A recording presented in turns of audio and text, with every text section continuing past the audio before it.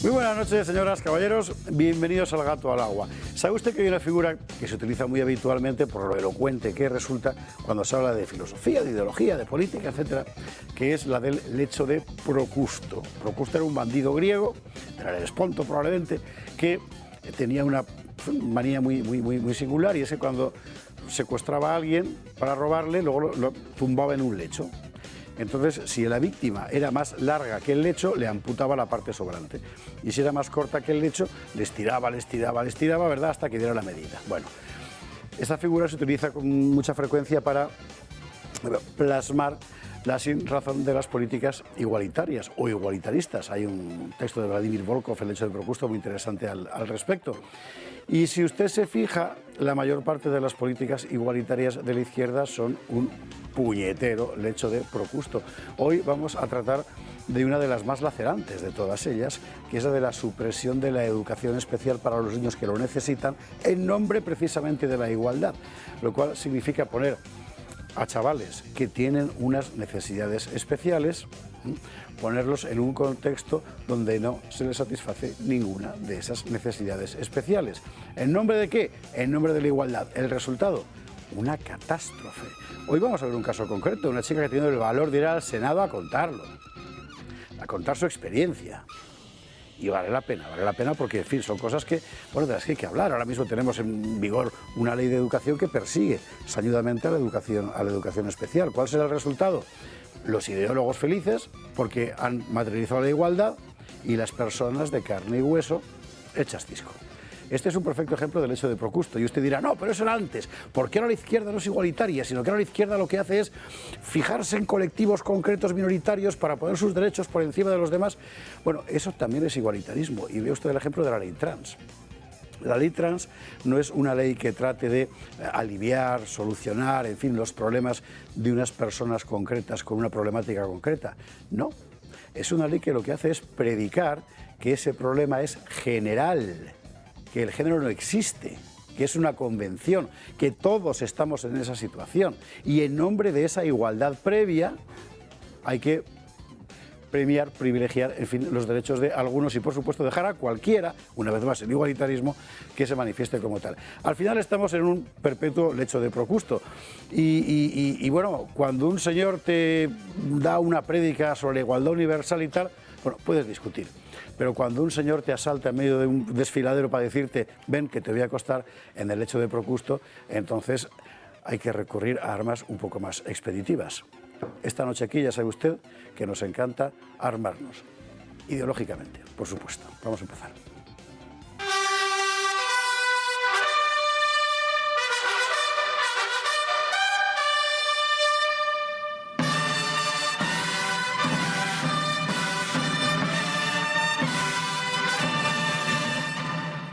Gato de viernes, gato de úsares, expresamente concebido para molestar a la bienpensancia y bien que sabemos que es lo que a usted le gusta precisamente. Así que vamos a empezar a molestar, pero a base de bien. Titulares. Putin acusa a Occidente de traicionar los valores occidentales. Esto es el típico cosa que, eso que tanto le gusta a Carlos Esteban, que nadie más le va a contar. Bueno, es que nadie más se lo va a contar menos nosotros. En el Telegram de julio salió el asunto del último discurso de Vladimir Putin, donde describe a Occidente. ¿En qué términos? Lo vamos a ver. Hablaremos de otro libro sobre el nuevo totalitarismo. Teníamos la semana pasada a Carlos Astiz con su R de Resistencia. Hoy, Dios mediante, y si los taxis funcionan bien, tendremos a Curro Contreras, desde que es diputado, su señoría don Francisco José Contreras, ¿verdad?, diputado de Vox, y antes de diputado de Vox, escritor, ensayista, filósofo, en fin, largamente leído y largamente escribido, que acaba de sacar libros sobre la cuestión. El totalitarismo blando, el mundo woke, el mundo progre. ¿Por qué es blando? ¿Por qué es totalitario? Curro Contreras nos lo contará.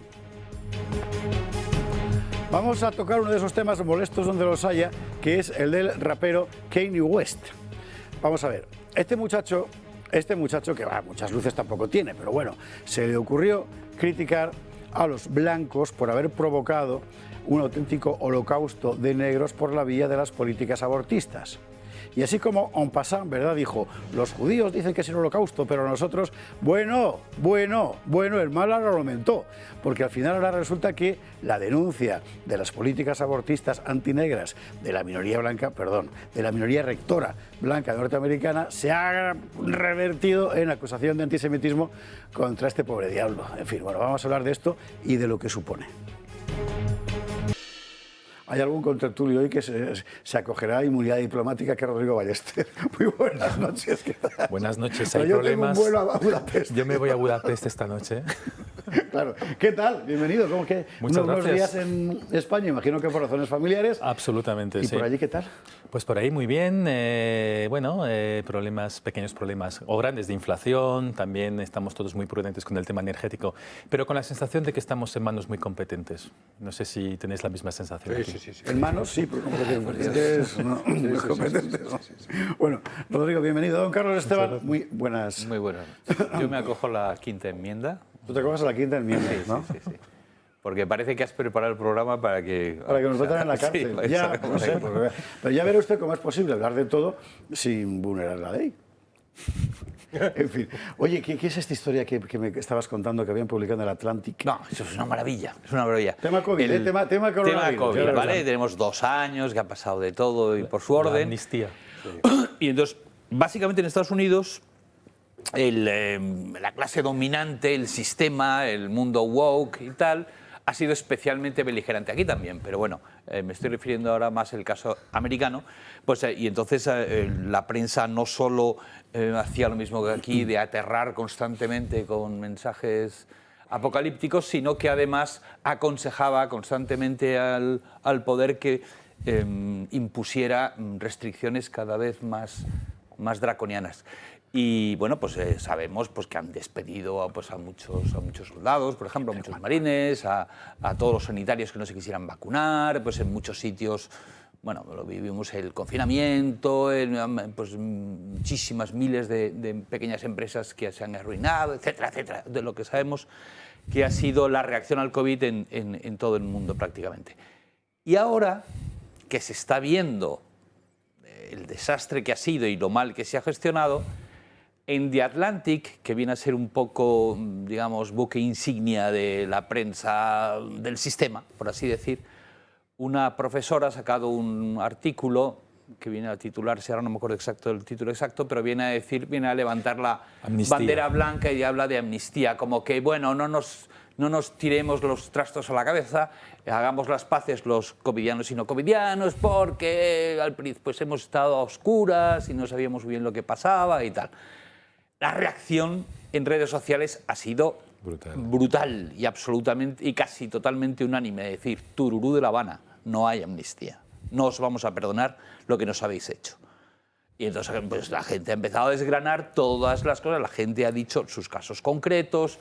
Pues a mí se murió mi madre sin que yo pudiera darle un abrazo. En fin, a mí me despidieron, he pasado... ¿no? Es decir, ahora que se está viendo que nos habéis censurado, que nos habéis insultado, habéis organizado verdaderas bandas de la porra, bandas de la porra para que nos avergüencen en público si no cumplimos tal, y ahora decís que no ha pasado nada. No, de eso nada. Hay que dirimir responsabilidades.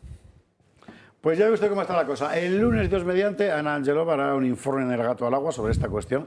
Hombre, que es lo importante, es que en la última... Hoy hablaremos un poco del asunto, si nos da tiempo, pero es que en el último mes hemos averiguado que Pfizer no testó la efectividad de las vacunas para frenar el contagio.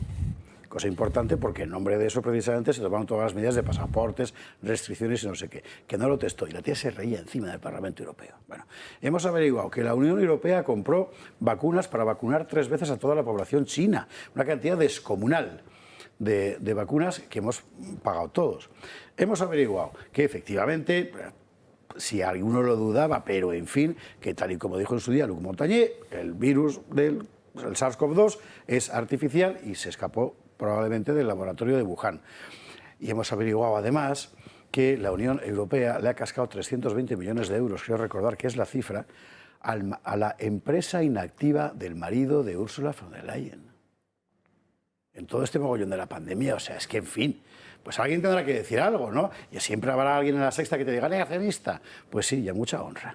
Bueno, Carlos. No, el propio nombre negacionista, que lo utilice un periodista, debería ser incapacitante. Deberían quitarte directamente la posibilidad de escribir en ninguna parte, llamar a alguien negacionista. O sea, el periodista debía ser el gran abanderado de la libertad de expresión, y eso de negacionista es tan horriblemente, perdonad el tópico, fascista, que es que no lo puedes creer. Ay, hablando de eso... Totalitario, tiránico. Saludamos a José Antonio Fuster. Muy buenas noches, ¿cómo estás, querido? Buenas noches. En honor a ti hemos puesto la bandera con la Cruz de Borgoña hoy.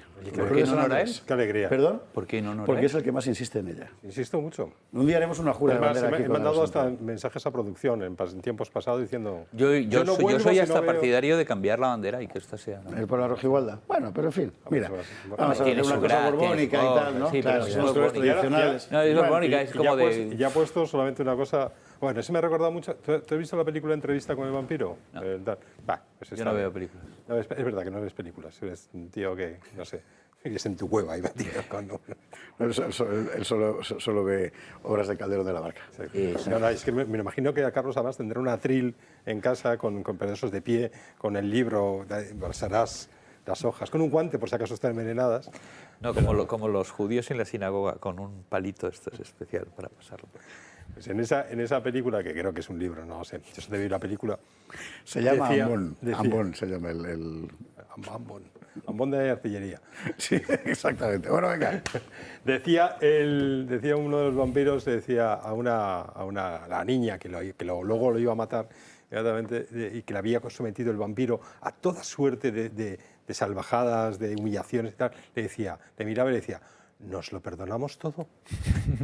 A mí lo que en Atlantic viene a decir exactamente lo mismo, es nos lo perdonamos todo. Sí. No Each- es to each other. nos Sí. perdonáis. No es lo sentimos, nos equivocamos. No es Exactamente, eso, es sí. nos lo perdonamos todo. No nos vamos a hacer daño, ¿No nos doctor. vamos a hacer daño? Bien, bueno, pues eso. No. Estaría feo. Yo soy un tío vacunado, ¿eh? Pero estaría feo. Ah, es verdad, está muy bien visto eso, efectivamente. Si tienes me perdonas, dice, bueno, Claro. pero no, es que encima yo tengo que pedir a ti perdón por algo. Sí. Por cierto, mencionaba Carlos Equidistancia, Esteban. una vez más, Sí, equidistancia.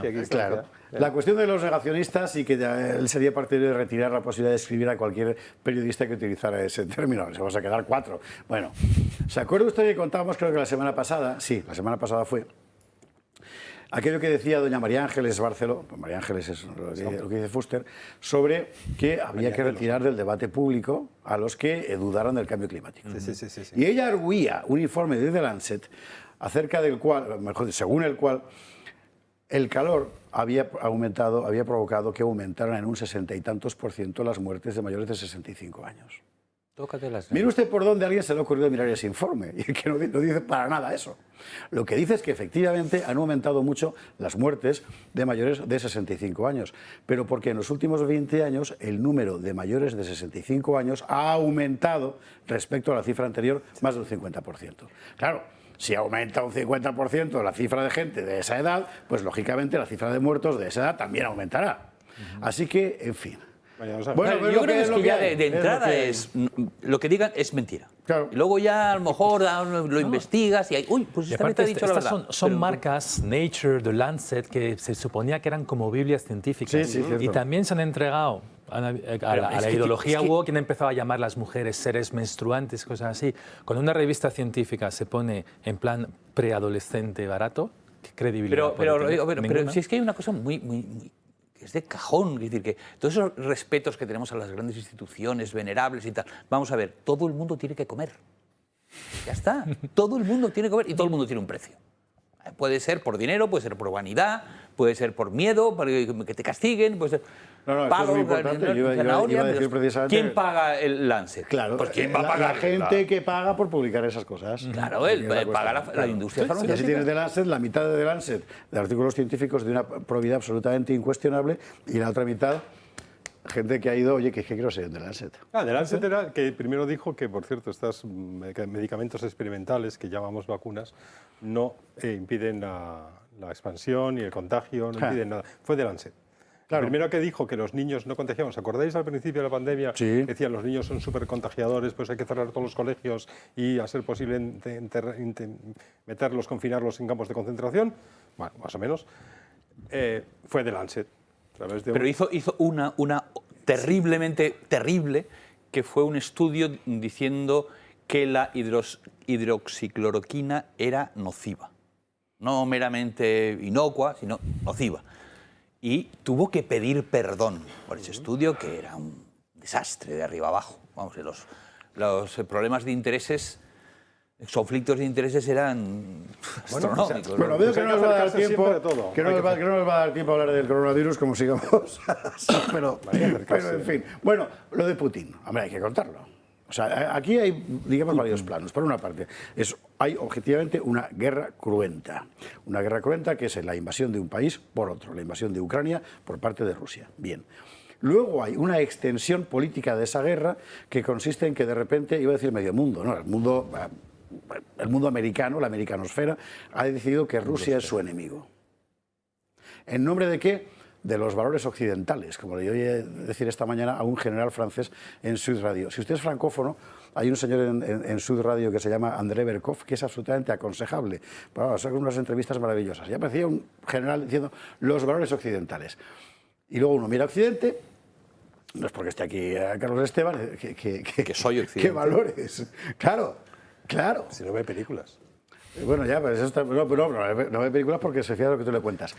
¿En qué incidía Putin el otro día? Pues precisamente en eso. Y me parece que es una cuestión que aquí hemos sacado ya varias semanas y que vale la pena echar una pensada. Personalmente yo no estoy dispuesto a dejar de ser occidental porque no podría físicamente. Vivo aquí. Ahora bien, Occidente, esa gente que se llena la boca con los valores occidentales, ¿en qué está pensando exactamente? Putin. En las condiciones actuales de duro conflicto, voy a decir algunas cosas directamente. Rusia, siendo una civilización independiente y singular, nunca se ha considerado ni se considera un enemigo de Occidente. La americanofobia, la anglofobia, la francofobia y la germanofobia son formas de racismo tan importantes como la rusofobia y el antisemitismo, así como cualquier forma de xenofobia. Hay que entender claramente que hay al menos dos tipos de Occidente. Quizá más, pero al menos dos. El Occidente de los valores tradicionales, en primer lugar, cristianos, el de la libertad, el patriotismo, la riqueza cultural, pero ahora también incluye islámicos, ya que muchos de esos países profesan el Islam. Pero este Occidente está más próximo a nosotros, en cierto modo. Tenemos raíces comunes, incluso desde la antigüedad. Pero hay otro Occidente, agresivo, cosmopolita, neocolonial, que actúa como herramienta de las élites neoliberales. Por supuesto, Rusia nunca tolerará los dictados de este Occidente. Así que hay un Occidente que es lo que todos entendíamos por Occidente hace 40 años, y luego es verdad que hay otro Occidente que es cosmopolita y que es, bueno, lo que decía Raymond Abelio, Occidente es el ocaso, el lugar donde el sol se pone, y se está poniendo a toda velocidad. Seguía Putin desgranando argumentos en estos días que estaba muy locuaz y muy reflexivo. Nos encontramos ante una coyuntura histórica. Nos espera la década más peligrosa, imprevisible e importante desde la Segunda Guerra Mundial. Occidente no puede gobernar en solitario a la humanidad, pero lo intenta desesperadamente y la mayoría de los pueblos del mundo ya no están dispuestos a aceptarlo. Bueno, y otras cosas, pero me parece que vale la pena. Hombre, es que asombrosamente en esta guerra estamos viendo algo que no se veía desde la Primera Guerra Mundial, porque incluso en la Segunda había más comunicación, ¿verdad? Que es que nadie se entera de lo que está diciendo la otra parte. Bueno, hay que sacarlo, más que nada, aunque solo sepa saber lo que hay. A propósito de lo que estamos comentando, saludamos que se acaba de incorporar al ya anunciado, mira qué bien, don Francisco José Contreras. Muy buenas noches, ¿cómo estás? Buenas noches. La ha visto usted 1000 veces en vídeos que sacamos aquí y tal, y bueno, existe realmente, no es una... Perdón por el retraso, es que no, por estábamos favor, en el Congreso, hemos estado una hora votando. Una hora votando. Sin interrupción, sí. Madre de Dios. Bueno, ¿qué tal todo? Pues nada, muy bien, intentando compatibilizarlo todo y llegar a todo. Y con libro nuevo del que vamos a hablar enseguida. Y además tiene bastante que ver precisamente con este tema que habíamos escogido para abrir el menú, ¿verdad? Que era la cuestión de qué representa exactamente hoy Occidente. Si te parece, me gustaría empezar por alguien que vive exactamente en la frontera, que es Rodrigo. Claro.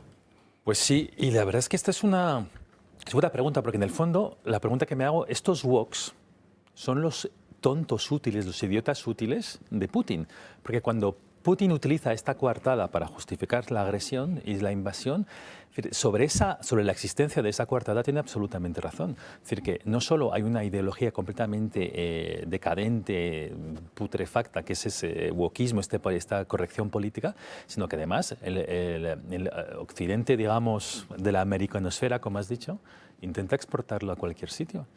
Es decir, que está en nuestras políticas de desarrollo. Por ejemplo, vamos a África y decir, oye, ¿y qué tal las banderas arcoíris por aquí? Pues los africanos al final prefieren pedir dinero prestado a los chinos que regalado de la Unión Europea, si es para, digamos, tragarse todos esos dogmas. Luego, lo tienes en, por ejemplo, las grandes multinacionales.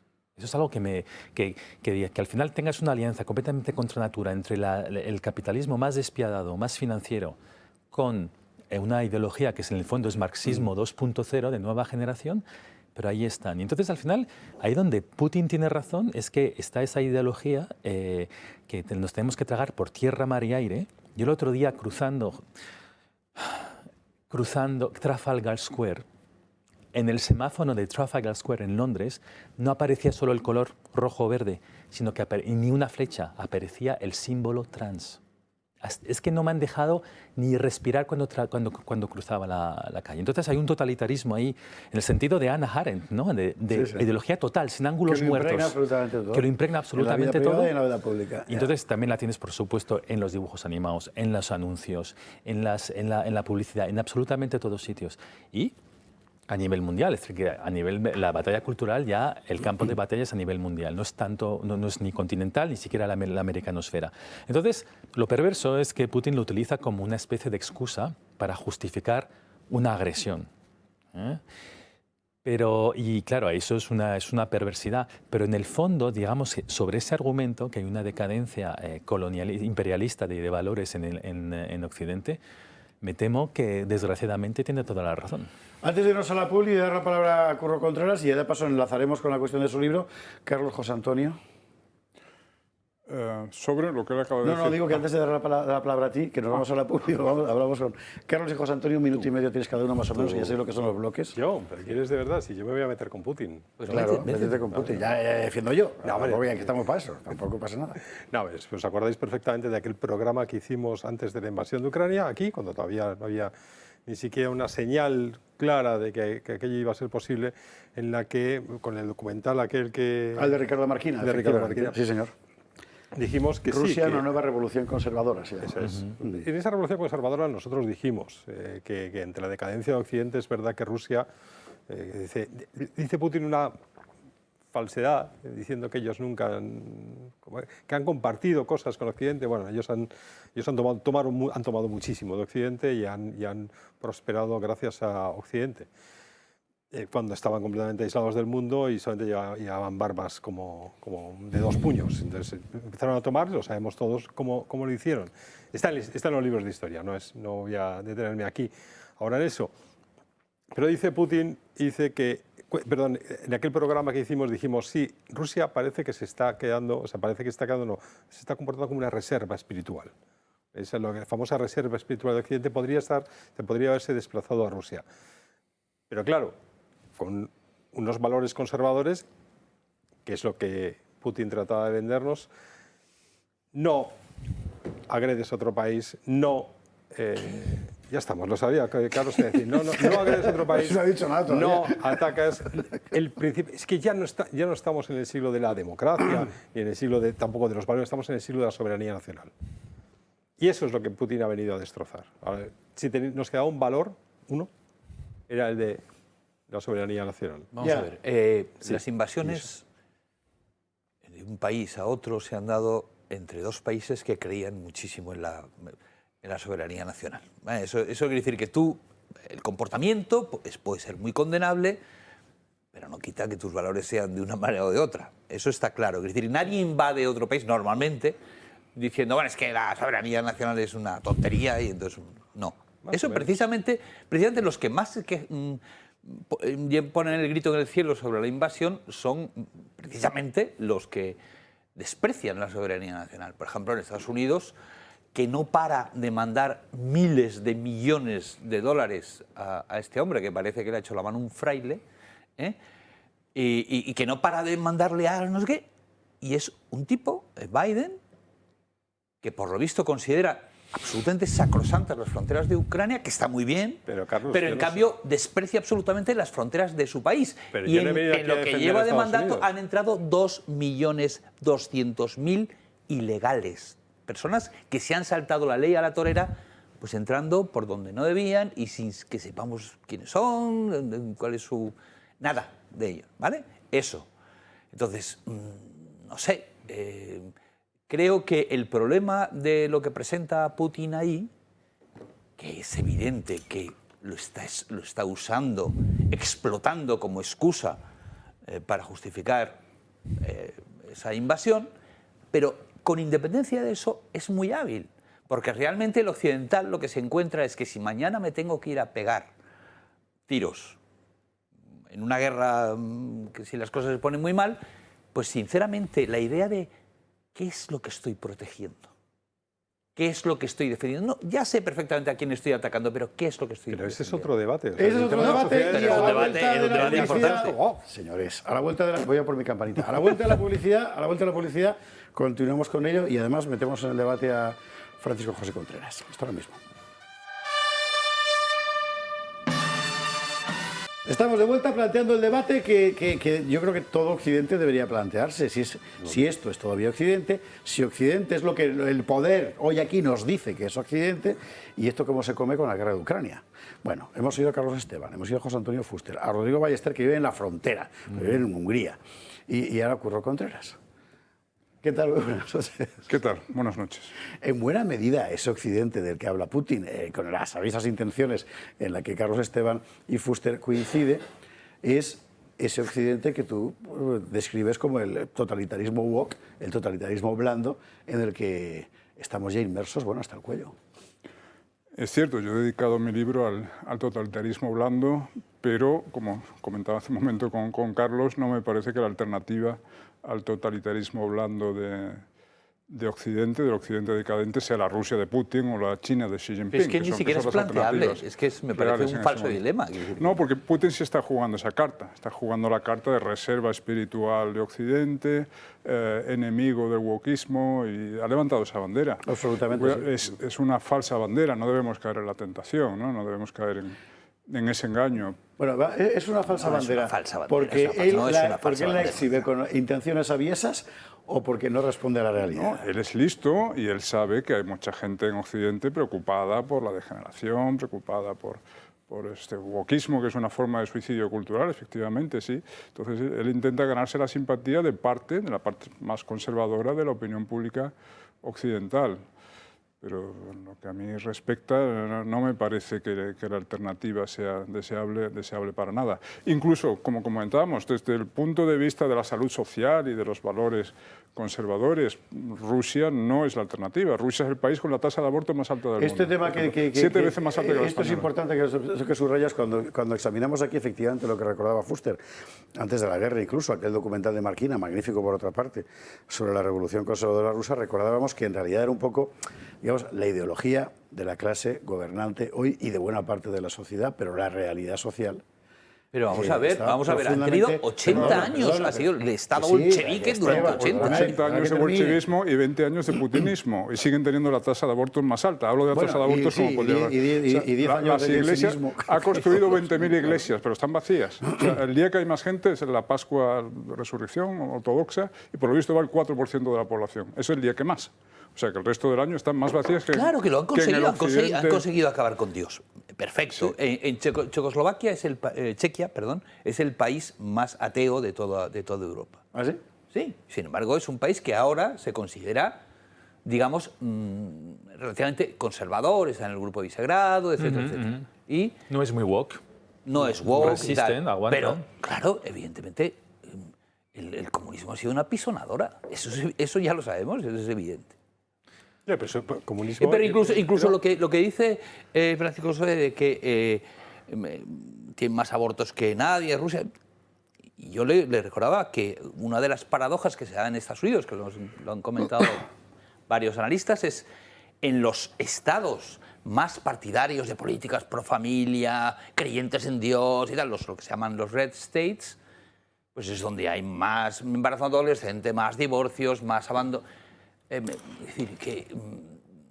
Sí, es decir, que pero hay otras circunstancias. Pero dijimos en aquel programa que yo recuerdo que esta revolución conservadora parecía, bueno, dije yo y a lo mejor no estabas de acuerdo conmigo, porque nunca estás de acuerdo conmigo, dijimos que, o dije, que aquello parecía una añagaza porque decir, después de todo lo que pasó en esa, con la explosión, la destrucción de la Unión Soviética y con la llegada de... madre de Dios, ya se me están olvidando los nombres. De Boris Yeltsin, y con esa especie de fiebre neoliberal que Putin ha...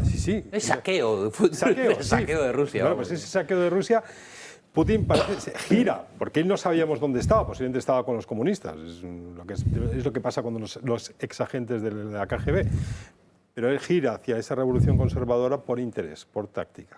Entonces, ese es el problema que tenemos ahora, que no es creíble, Carlos, ese es el problema. Pero ni me interesa nada, o sea, que un tipo... Es decir, lo interesante es la sociedad hacia dónde está inclinándose. A mí qué más me da que Putin lo haga por interés. O sea, es decir, ¿alguien duda que Pedro Sánchez, si de repente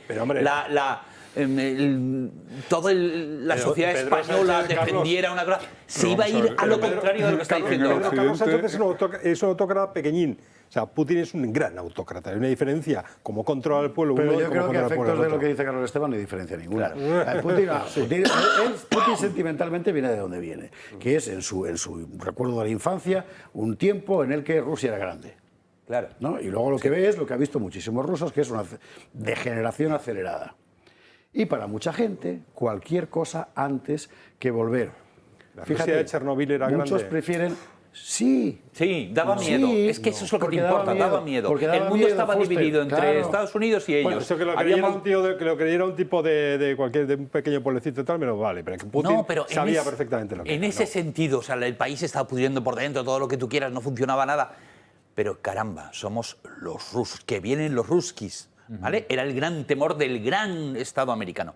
Esa es la cuestión. Bueno, dábamos miedo. Eso a la gente le hace sentirse orgullosa. Fíjate tú qué cosa. Sobre todo por lo que vino después. Es que es el contraste. O sea, es la lucha escocesa. La lucha escocesa del mundo soviético. Yeah. La ficción que había creado, que era un auténtico pueblo Potemkin, pero en rojo, el mundo, la Unión Soviética para sus súbditos. El descubrimiento súbito de que en realidad todo aquello se estaba pudriendo. La lucha escocesa, después de la época Yeltsin, yo recuerdo, es que no se me olvidará en la vida, una encuesta en la que aparecía que la profesión soñada por las niñas rusas era, 1, modelo, 2, prostituta de lujo. Si estaba podrida la Unión Soviética, aquello estaba todavía más podrido. Bueno, claro, Putin ahí recoge, pero recupera. En todo caso, yo no había sacado esta cuestión para hablar de Putin, sino para hablar de Occidente, que era lo que me interesaba. Pero vosotros veis a vuestra bola, menos mal que tengo la campana. Pero nos has puesto a Putin. Esto ha sido lo de siempre. O sea, llevamos aquí 3 años sin ir a nuestra bola. Pero...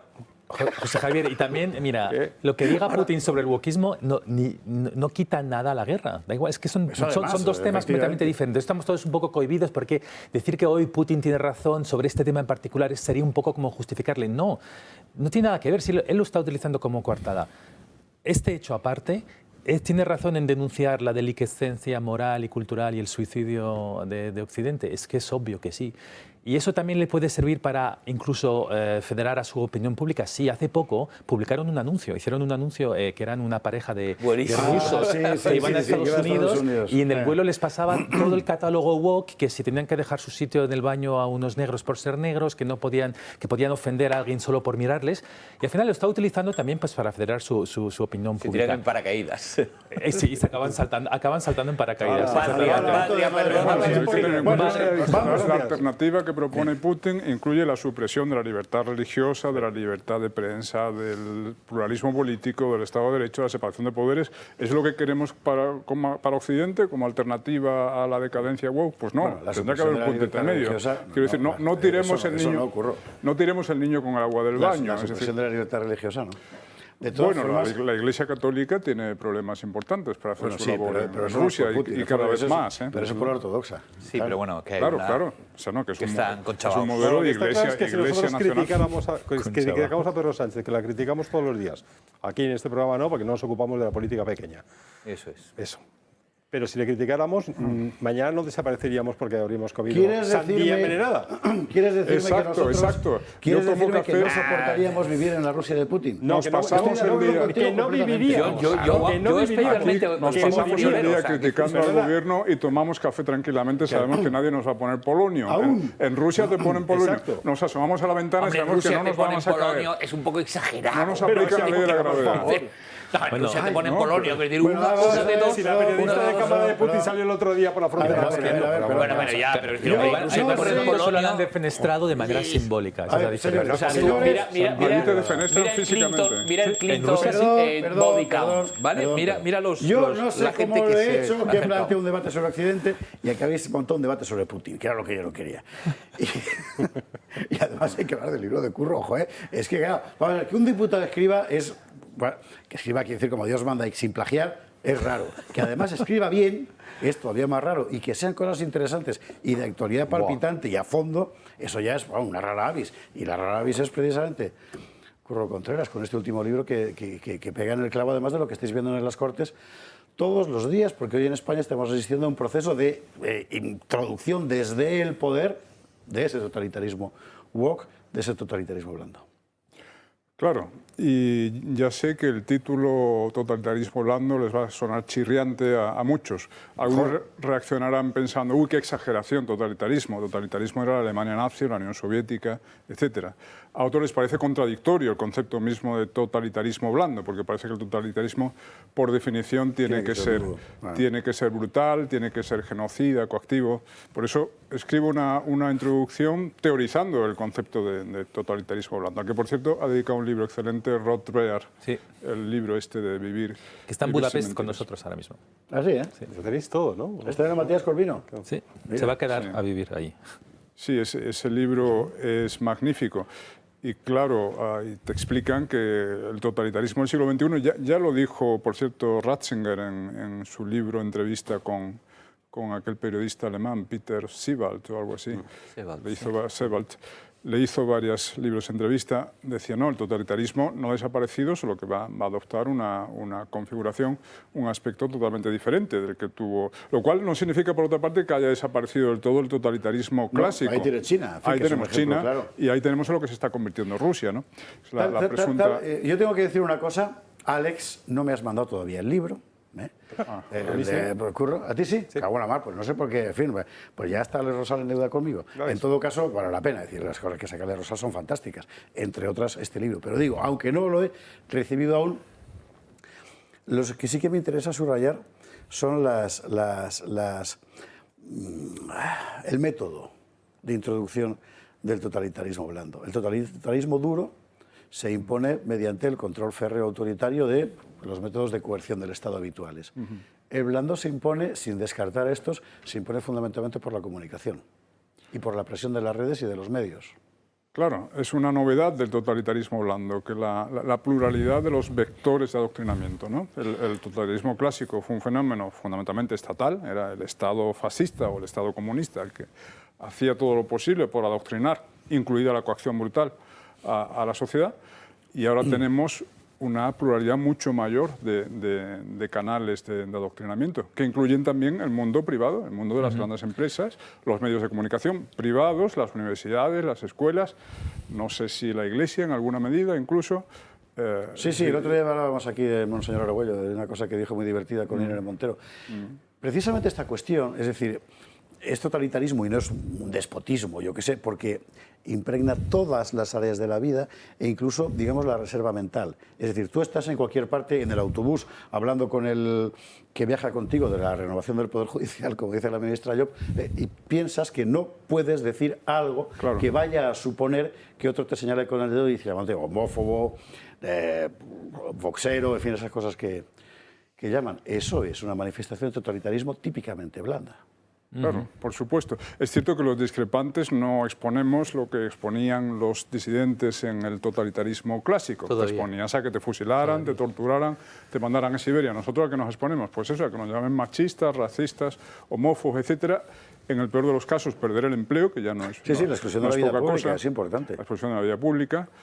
Pero no, es que las palabras policía, las etiquetas intimidatorias tipo machistas, xenófobos, etcétera, bastan para conseguir que se autocensure mucha gente. Y ahora hemos entrado... estamos perdiendo la libertad de pensamiento y de expresión, entonces por eso hablo de totalitarismo. Y estamos asistiendo a una multiplicación del fenómeno, a una intensificación, porque las palabras policía se van reduciendo a un solo anatema central que es negacionista, que ya sirve para todo.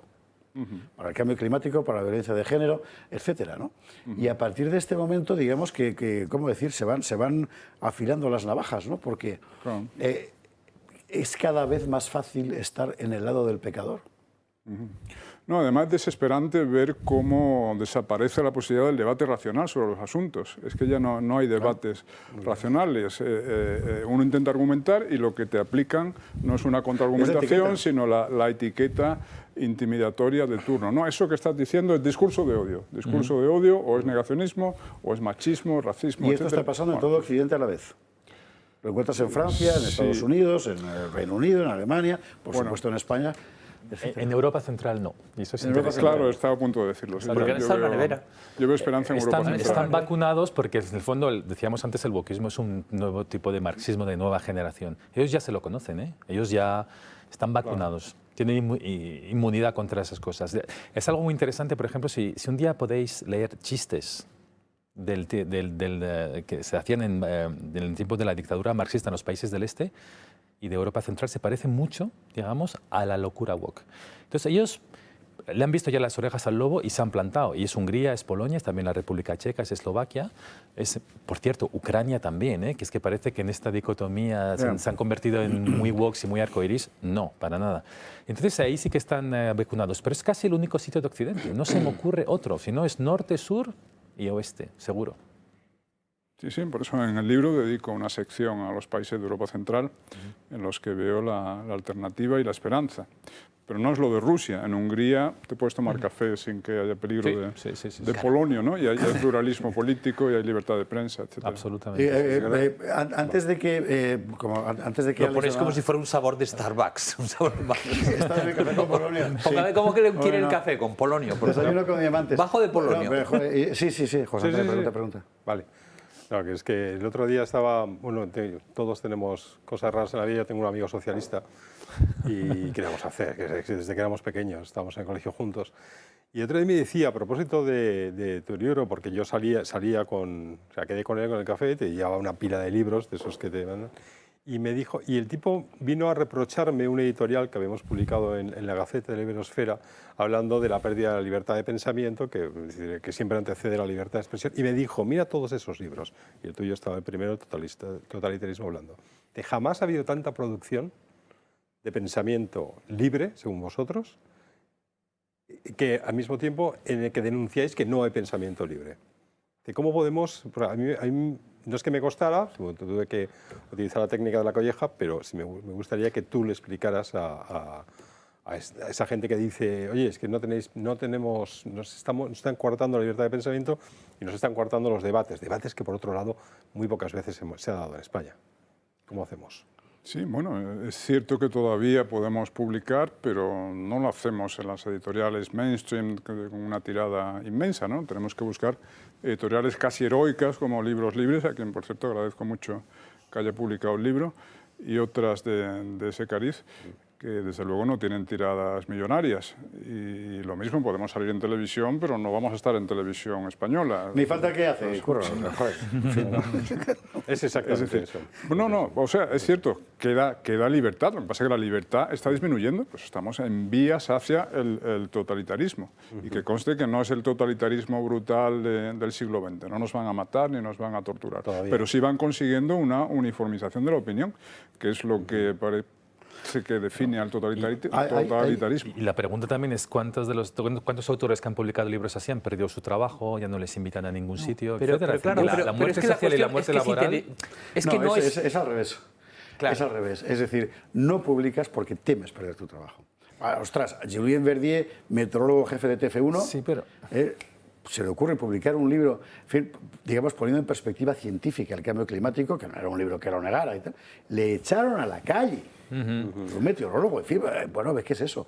Estamos, al final, lo que dice José Antonio es verdad, pero hay que hacer la salvedad de que en realidad quienes estamos publicando eso es que ya estamos viviendo los márgenes antes. O sea, el centro del sistema... Eso sí. Entonces ya te han excluido, digamos, de los círculos, ¿no? Y solo cuando eres o ya oficialmente disidente te pones a publicar, o el caso raro No, estamos de en Covadonga, que sin ser, ¿no? exacto, Es eso. sin ser disidente se pone a publicar un libro y ahí ya es la puntilla de su muerte social y de su muerte laboral. Y eso sí que es totalitarismo. A mí lo que más me marcó del libro de Rod Dreher que has mencionado, Vivir sin mentiras. Ese libro empezó con una serie de entrevistas a antiguos disidentes de los países de Europa Central y del Este. Entonces, una señora checa o eslovaca de 85 años, alguna rusa, que vivieron esto. Y ahora están en Estados Unidos y dijeron, cuidado, así empezó todo, ¿eh? Así empezó todo. Entonces, que una señora de 85 la expresión años... políticamente correcto viene del mundo soviético. O sea, lo de políticamente correcto, que ahora aplicamos al wokismo, eso empezó en la era soviética en la URSS. Así, Claro, Sí, es sí. seguir la línea del partido. Seguir la línea del partido, luego esto es políticamente incorrecto, esto se aparte de la línea del partido. De los años 40, años 50. En tu libro hablas, y varias veces además, de lo que es la muerte civil. Sí, bueno, sí, un par de casos. El de Roger Scruton, por ejemplo, fue especialmente simbólico, ¿no? Cuando destituyeron a Scruton de su posición en una comisión sobre temas arquitectónicos, urbanísticos, sobre belleza de las ciudades, cómo conservar el patrimonio urbanístico, etcétera. Lo destituyeron a consecuencia de una entrevista en The New Statesman, o no me acuerdo en qué revista. Manipulada, por cierto, porque la citaron mal. Pero sí que le llevó a su... Al final creo que le salvaron el pellejo en Westminster, en el Parlamento. Algunos, incluido Boris Johnson, dijo, no, por aquí no pasamos. Pero El gobierno conservador lo destituyó en cuestión de horas, 6 horas después de la publicación. Pero luego creo que... Pero es verdad que es que bastó una campaña, una entrevista, digamos, sesgada de un activista woke para obtener la cabeza de una eminencia como él, además en un tema, era una comisión del patrimonio cultural, algo así, tiene razón.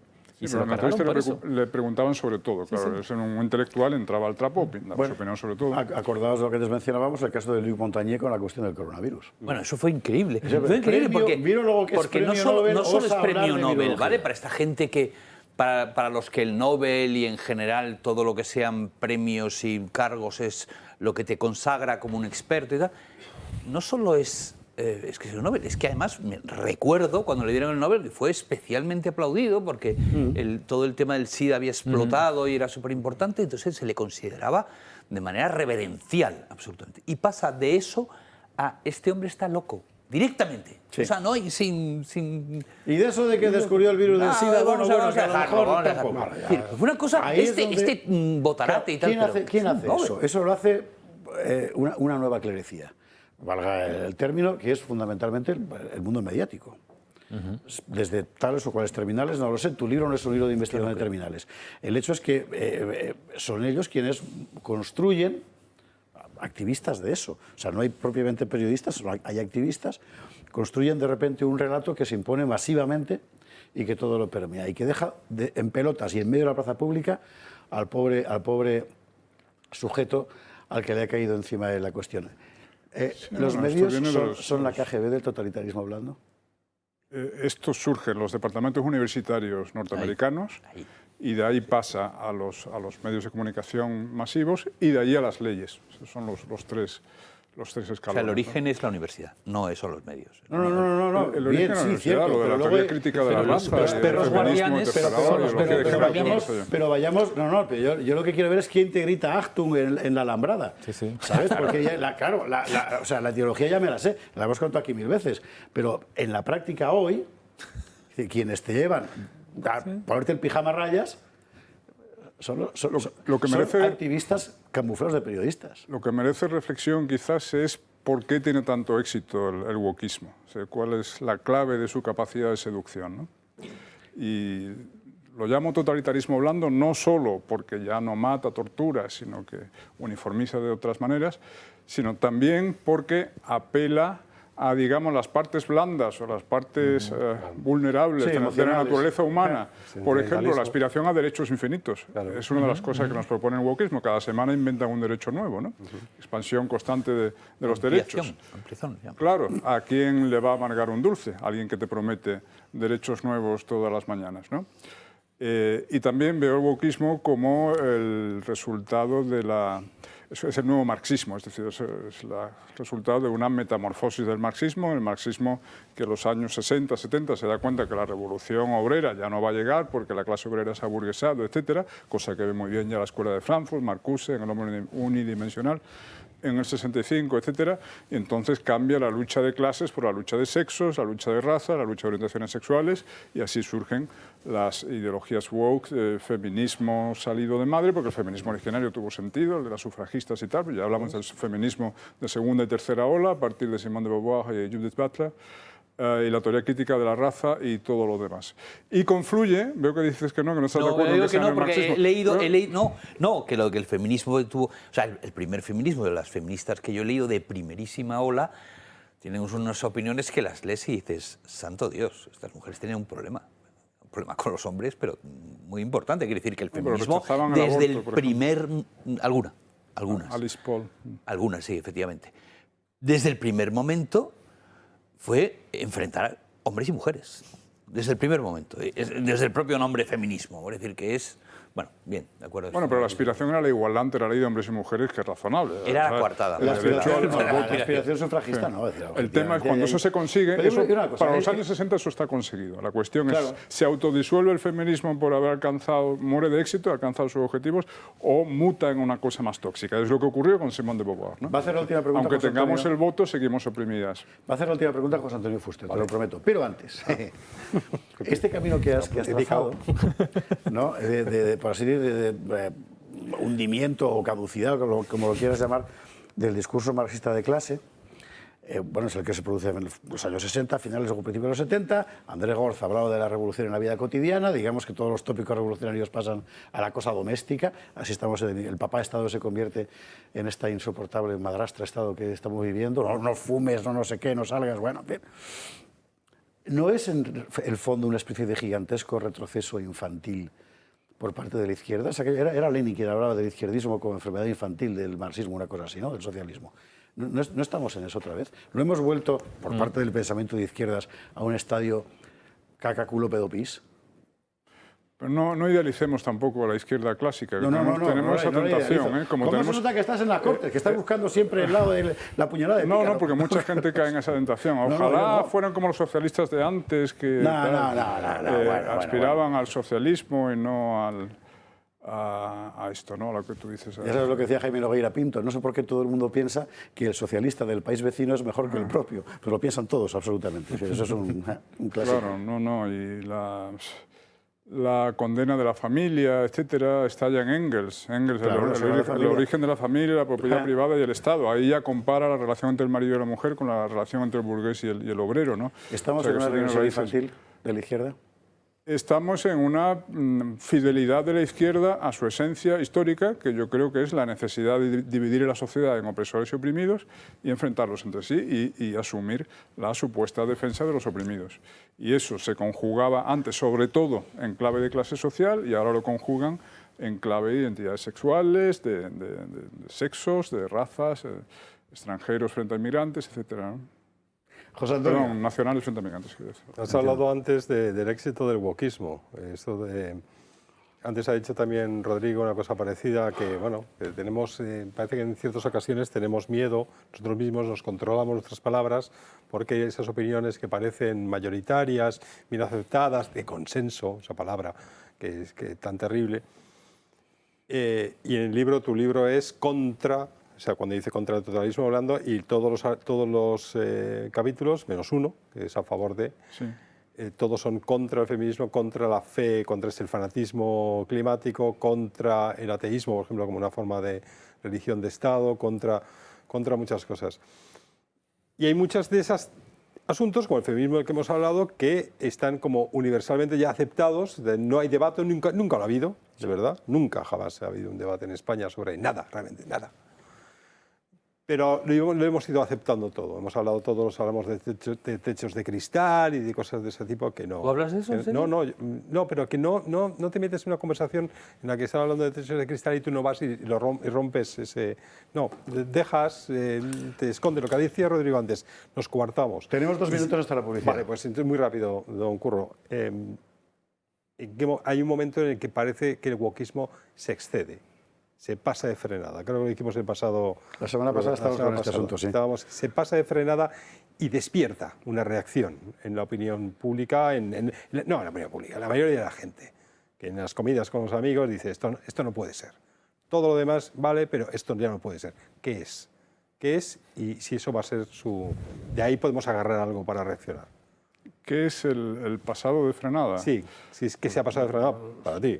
La cuestión trans, por ejemplo, Sí, es un En desafío Estados Unidos para está la siendo realidad. muy contestado, porque Sí, ha sido es la grieta al movimiento general. Sí, yo espero que no se quede en eso. Es decir, evidentemente hay una reacción en marcha. A pesar del adoctrinamiento masivo, a pesar de la demonización con etiquetas, etcétera, bueno, yo creo que está teniendo sobre todo una canalización política en la nueva derecha. La nueva derecha representa eso, la resistencia a toda esta locura, ¿no? Y la nueva derecha va avanzando, Vox avanza en España, o resiste al menos.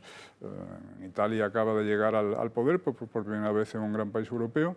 Y si pese a toda esa demonización ese movimiento sigue adelante, es porque está recogiendo el hartazgo y la rebelión de muchos que ya no aguantan más esta imposición, ¿no? Don Francisco José Contreras, mil gracias por estar esta noche con el Gato al Agua. Recordamos el libro que es de los que hay que leer, porque es munición para los tiempos que corren. Contra el totalitarismo, hablando de Francisco José Contreras en libros libres. Además, en cuanto me lo mande Alex, volveremos a ponerlo aquí encima de la mesa. Y al señor diputado, mil gracias por haber hecho un hueco para estar aquí hoy con nosotros en el Gato de los Usuarios. Y hasta cuando quieras. Cuando leas el libro hacemos otra. Venga, que sepas que aquel Tiempos Modernos que grabamos sobre un tema tan atractivo para las masas como el tiempo del nihilismo, ¿te acuerdas? Sí, sí. Ha sido visto en YouTube, en fin, por decenas y decenas de miles de personas. La filosofía de la sospecha. Los filósofos de la sospecha. A que veas. Bien, pues muchísimas gracias. Un placer, muchísimas gracias. Nosotros, a la publicidad, antes de irnos, y para que usted no le dé un ataque, espere. ¿Se acuerda usted que estuvo la otra noche con nosotros Adolfo Albistur, de Protege tu Vida, y nos explicó cómo funciona su desfibrilador? Que yo me imagino que en el Congreso tendréis uno, porque esto es absolutamente uno o más. Sí, ¿no? Es increíble, porque esta historia que está ofreciendo Protege tu Vida es facilísimo de usar. Viene con instrucciones que además te las va dictando el aparato. Tiene 2 electrodos que se sacan de aquí y se colocan 2 pegatinas elementales. Y si no hay un problema de fibrilación del corazón, el aparato solo lo reconoce y no funciona. Es decir, es absolutamente imposible además que haya un accidente. Es una historia fantástica porque todo el mundo sabe que con un ataque al corazón, el corazón se puede sacar adelante incluso 10, 20, 30, hasta más tiempo con un masaje, pero el cerebro no. El problema es que el cerebro se queda sin riego y en 10, 15 minutos se acabó la cosa. Bueno, por eso es tan importante la presencia de este tipo de aparatos en sitios pues, donde hay mucha gente y donde puede pasar cualquier cosa. Ya digo, muy fácil de usar, tan sencillo como encenderlo y te empieza a hablar el aparato. Paciente adulto, solicite asistencia médica. Por ejemplo, bueno. Retire la ropa del calla. Bueno. Y además, la lengüeta verde para sacar los electrodos. ahora acabamos. 900-730-061. Retire el recubrimiento. Usted vaya pensando, sitios, de todo género, geriátricos, colegios, por empresas, en fin, o tertulias. En sitios que están alejados, tertulias del Gato al Agua de los viernes, o en sitios que viven relativamente alejados, por ejemplo, con gente mayor. Pues vale la pena. Y además, ¿sabe usted lo que cuesta esto? Pues mire, lo mismo que un MacBook. No más. Y encima además están ofreciendo para los espectadores del Gato un desatascador completamente mecánico para los atragantamientos. El otro día estuvo aquí contándolo al Vistorina para no creérselo. Vale la pena, entre protegetuvida.eu y vaya mirando de verdad, que se lo aconsejamos. Pausa para la publi, Curro Contreras se va y de inmediato vamos a hablar de un asunto que además Curro conoce bien. La cuestión de la educación especial. La necesidad de la educación especial que este gobierno ha perseguido y sigue persiguiendo con auténtica hazaña. Y lo vamos a ver con una persona, con una mujer, que debe a la educación especial no haber acabado de la peor manera. Una protagonista. Enseguida lo vemos.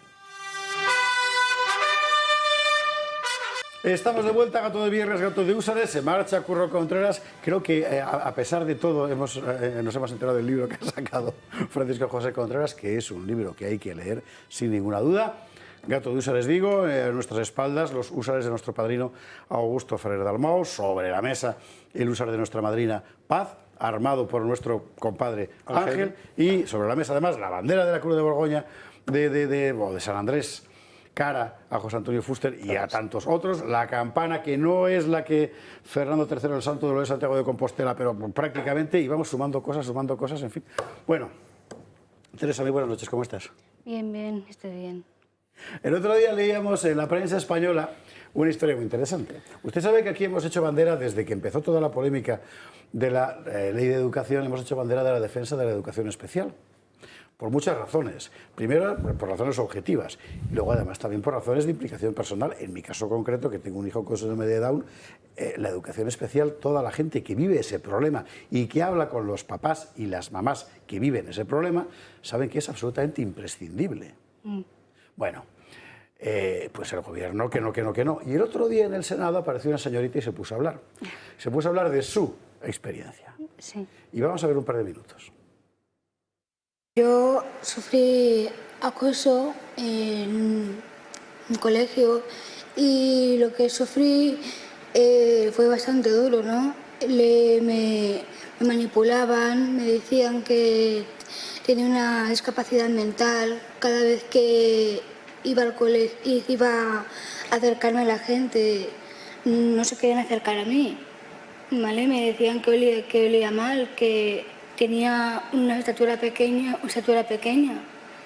Y luego cuando quería hacer los trabajos sola, no quería hacerlos conmigo, los tenía que hacer sola, ¿vale? Me hacían bromas de que tenía que hacer yo, que yo no quería hacer, me obligaban a hacerlo. ¿Cuánto tiempo duró, Teresa? ¿Cuántos años estuviste así?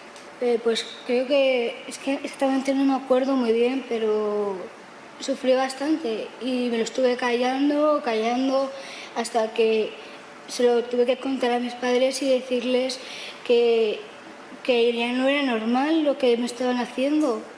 Llegar siempre mal a mi casa y llegar destrozada. No tenía salida. Ahora estás bien, ¿verdad? Sí, ahora estoy más feliz que la perdí. Mira que me alegro. Sí, no me puedo quejar porque estoy ahora trabajando en una empresa que se llama Grupo Evelyn, estoy haciendo marketing, comunicación y no puedo estar más agradecida con el trabajo que tengo y además también quiero decir que también estuve, aparte me ha cambiado la vida también, el Colegio Especial Virgen de Lourdes, que ahí me enseñó muchas cosas, me enseñó a cómo enfrentarme a cada situación. Y ahí cada persona me quería como era. Y ahí es lo que yo buscaba. Porque tuviste que cambiar de colegio. Sí, tuve que cambiar de colegio porque lo que estaba viviendo en el otro no era. No. Y tanto te enseñaron a hacer frente que fuiste al Senado a hacer frente a esa gente, que es mucho más mala que en un colegio. Yo hice lo posible y comenté lo que tenía que contar. ¿Y ellos qué decían? Los senadores, quiero decir. Porque vi tu intervención y tal, y bueno, ves a la gente que está encima de la mesa, pero no ves cómo está reaccionando la gente que te escucha. Hay alguna gente que sí reacciona, pero sobre todo la gente que está al lado mío. Sobre todo diciéndole enhorabuena, qué tal, y la gente del público diciendo como el tema del acoso, pero a mí no me importa que valoren el tema del acoso, lo importante es que tengan en cuenta el tema de los colegios especiales y claro, el tema del bullying. A ti, Virgen de Lourdes, te cambió la vida. Sí, a mí el Virgen de Lourdes me cambió la vida completamente y me ha cambiado bastantes cosas también, porque aparte del Virgen de Lourdes también voy a una parroquia también que se llama Santa Catalina, que tengo ahí un grupo de jóvenes maravillosos. También voy a pintura, ¿vale? Que ahí mi pintura es mi don, es mi pasión y no me puedo quejar. Y como Virgen de Lourdes, tantos otros colegios de educación especial en toda España que están haciendo un trabajo formidable y que si tuvieran el reconocimiento en fin, lógico de la administración pública, pues sería un trabajo todavía mejor. Pero no. En fin, entiendo que es un problema político que es muy complicado de explicar y para ti, que además eres muy joven pues, y no estás muy metida aquí, pues tampoco te resultará sencillo, pero me interesa muchísimo tu experiencia personal, es decir, de un entorno que se supone que es el entorno natural de un niño que se te convierte en un entorno hostil y la dificultad enorme de ir al entorno en el que tú naturalmente deberías estar para poder desarrollar todo lo que eres y todo lo que sabes y todo lo que eres capaz de hacer. Sí. Lo de la pintura me deja a mí muy... Ahora te voy a pedir que nos pintes algo. Es como es algo que todos hacemos, que es imaginarnos cómo hubiera sido nuestra vida si no. Si algo no hubiera sido, si algo hubiera sido. Si no hubiéramos tenido, o sea, si no hubiéramos ese centro de educación especial, ¿qué crees que habría sido tu vida? Se habría ido todo al traste. Es que como estáis viendo en las noticias, es que mucho acoso, mucha violencia, muchas noticias tristes, muchas desapariciones. Y es que el niño, si no pone la parte de contar al padre o a la madre de lo que tiene que contar, si se lo va callando, acaba mal. Eso es muy importante, efectivamente. Porque se mete dentro el niño en sí mismo y adiós. En el colegio donde lo pasaste mal, no en el bueno, sino donde lo pasaste mal, ¿tú te verías con la suficiente libertad como para contar a los profesores lo que estaba pasando? No. Hay algunos que sí, pero hay algunos que no. Os cuento. Hay muchos que no porque intentaba pues, buscar salida a la persona adecuada para decirle esto me está pasando, pero no podía, me lo intentaba callar. Pero claro, cada vez que yo me lo iba callando, peor iba y peor estaba. Claro. Y yo que no podía, entonces tuve que acudir a mis padres, decirle que yo no podía más y comentarle que me cambié de colegio o no sé qué va a ser de mí. Esto es un aviso muy importante para profes, es decir, cuando un niño te dice lo que está pasando y tú por la razón que sea, o porque no te lo has creído, o porque para qué te vas a meter en un lío, o porque bueno, no será para tanto, no sé qué, no te mueves, lo que estás provocando, aunque sea sin quererlo, es que el niño que tiene ese problema se lo guarde, se encierre en él y por tanto el problema se multiplique. Pues es una cosa que los profes deberían saber. ¿Qué es lo mejor de un centro de educación especial? Lo mejor de un centro de educación especial es que te ayudan a ser como eres. Te ayudan a ser libre, a relacionarte con más gente, a que si ven una persona sola, no van los profesores o algún compañero o gente, que mucha gente dice, ¿qué te pasa? Te apoyan. Es lo que yo creo que deberían hacer las personas que están sufriendo el acoso escolar.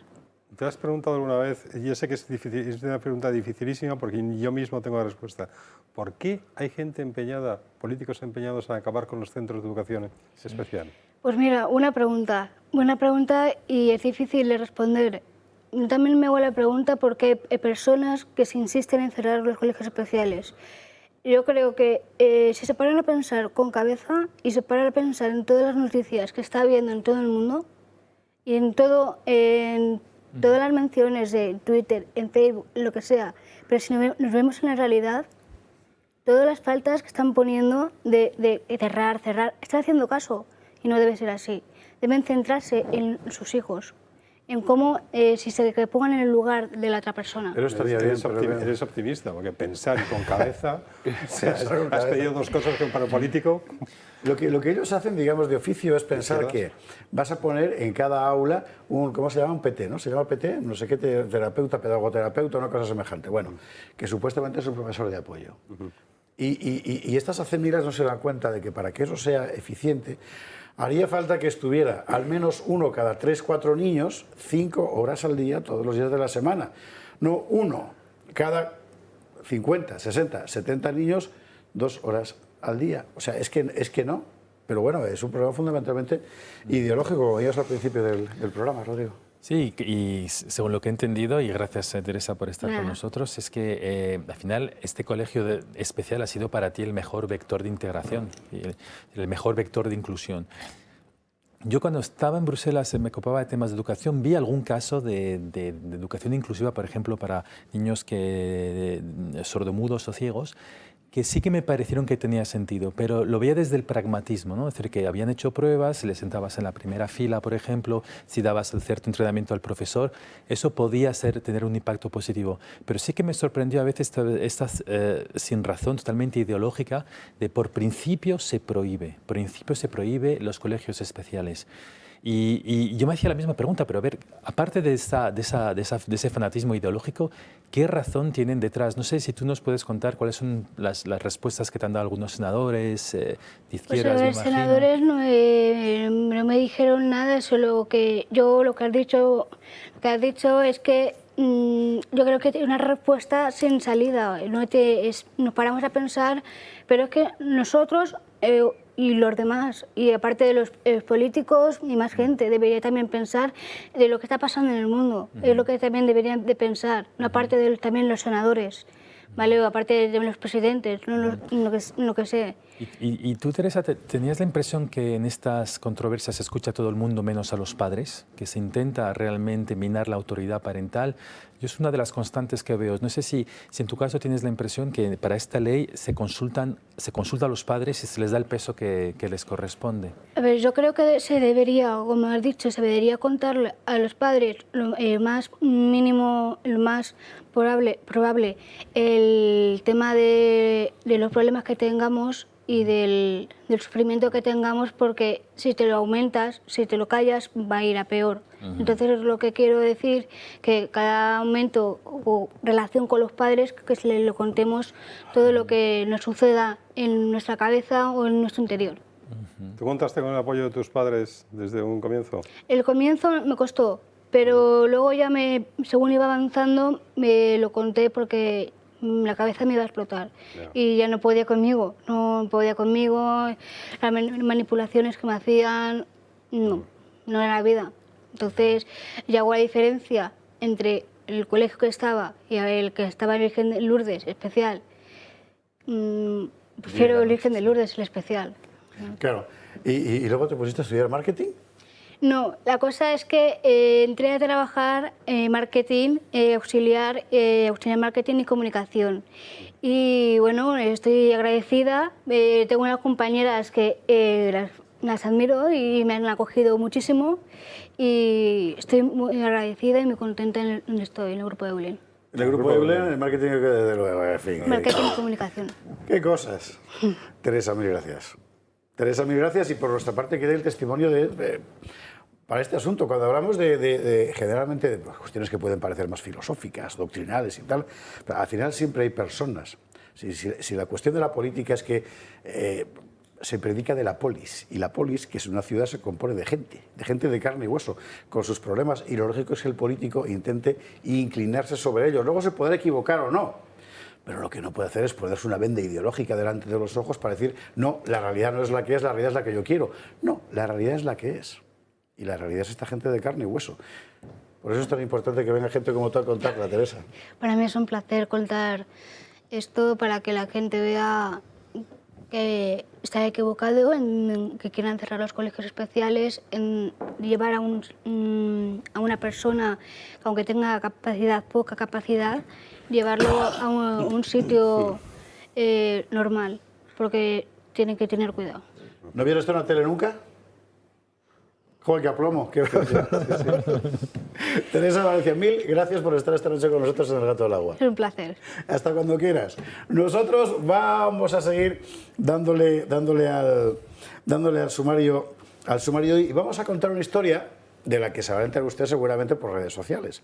Hay un rapero, yo debo decir que no tenía ni la menor idea de su existencia, Esteban y Fuster, que son muy cosmopolitas, sí, pero yo ni idea, que se llama algo así como Kanye West. Bueno, un chico afroamericano, negro como decíamos antes, ahora se dice afroamericano. Por cierto, periodistas, compañeros, los afroamericanos son, en su caso, los negros de América. O sea, los de Europa no son afroamericanos. Es que hay cada cémila también. Bueno, digo, y este se le ocurrió hacer unas declaraciones, seguramente subidas de tono, porque él es un rapero, quiere decir, que no es Ortega y Gasset. Bueno, sobre la cuestión, por otra parte real, del elevadísimo número de abortos entre la población negra afroamericana. Bueno, no sabe usted a qué se ha liado. Vamos a verlo y luego lo comentamos. En Estados Unidos los negros no han tomado todos los derechos que tenemos, que en realidad nos son dados, porque no nos dieron lo que nos prometieron en primer lugar, que fue las 40 hectáreas. En lugar de esto nos dieron proyectos y mala comida, y pósters de Oprah Winfrey. Y también planificación familiar. La gente me dice muchas veces, visita el Museo del Holocausto. Y yo digo, visita nuestro Museo del Holocausto. Es llamado planificación familiar. 6 millones de judíos murieron en el Holocausto, y lo siento por vuestras pérdidas. 20 millones de negros mueren por aborto. Y la planificación familiar fue creada por Margaret Sanger con el verdadero Ku Klux Klan. Como control de la población, Margaret Sanger es una eugenésica y está funcionando ahora. La causa número 1 de muertes de negros en Estados Unidos es el aborto.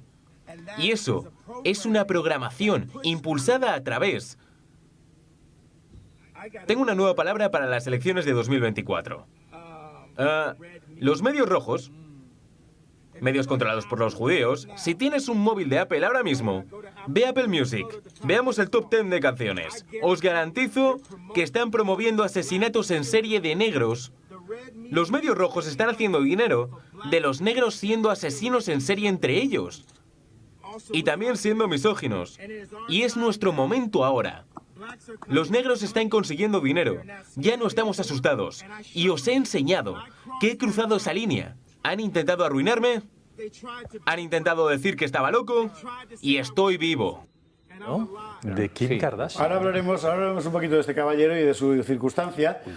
Bueno, esto es lo que dijo él. Usted, bueno, puede estar de acuerdo, ¿no? Evidentemente, en fin, está señalando un problema que en los Estados Unidos es un problema palpitante y que se remonta hace muchísimos decenios, y cuya última manifestación, por otra parte, abiertamente manipulada, fue el famoso caso del Black Lives Matter y todo aquello. Bueno, ahora bien, lo ha enunciado en términos prohibidos. Por tanto, resultado inmediato del exordio de este caballero, este titular de la CNN, que vamos a ver a continuación.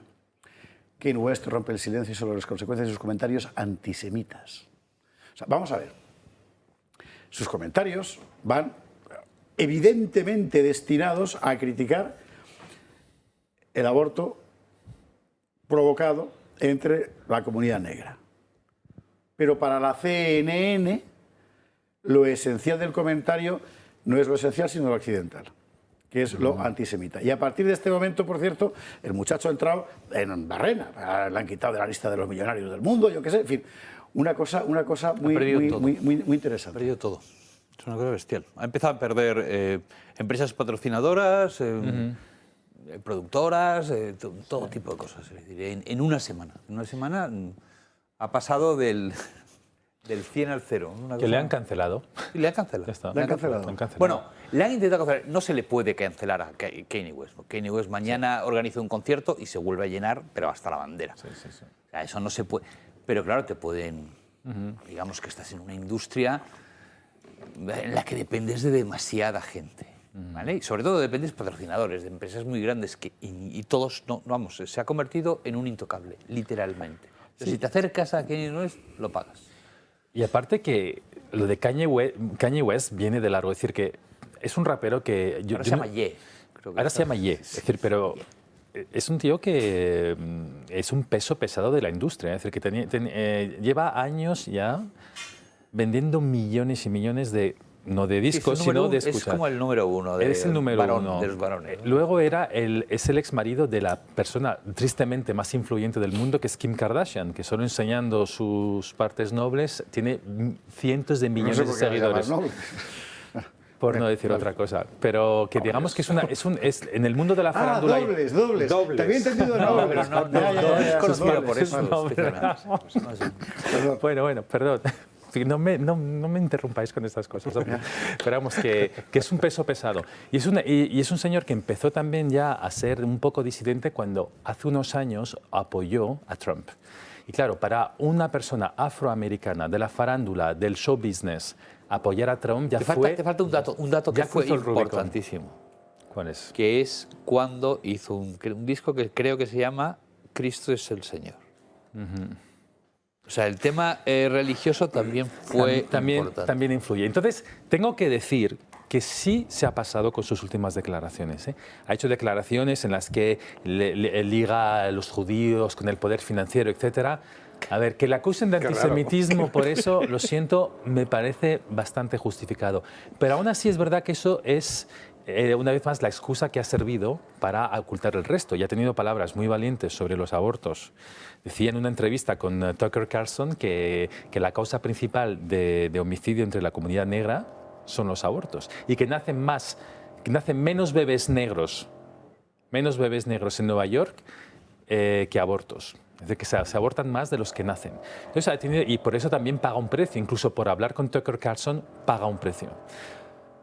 Ha derrapado un poco, y es verdad que ha perdido patrocinios billonarios, de miles de millones. Tenía un patrocinio con Adidas, con su marca Yete no sé qué, con Adidas, que llevan 10 años trabajando juntos y se habían sacado una millonada por ambas partes. Lo han cancelado en cuestión de meses. Incluso creo que JP Morgan le quiere cancelar su cuenta corriente, porque dice que no quiere tener su cuenta corriente. Y le quieren cancelar su cuenta corriente. Exacto. Es impresionante. A mí esto me fascina por la cuestión de los códigos. Es decir, vamos a ver, yo no sé si Kanye West es antisemita o no. Yo no. Y este tío, sinceramente, no tengo ni idea, porque yo es que no sabía quién era. Pero, en todo caso, me da la impresión, no puedo evitarlo, de que donde él ha cometido un pecado imperdonable es en denunciar la política de aborto.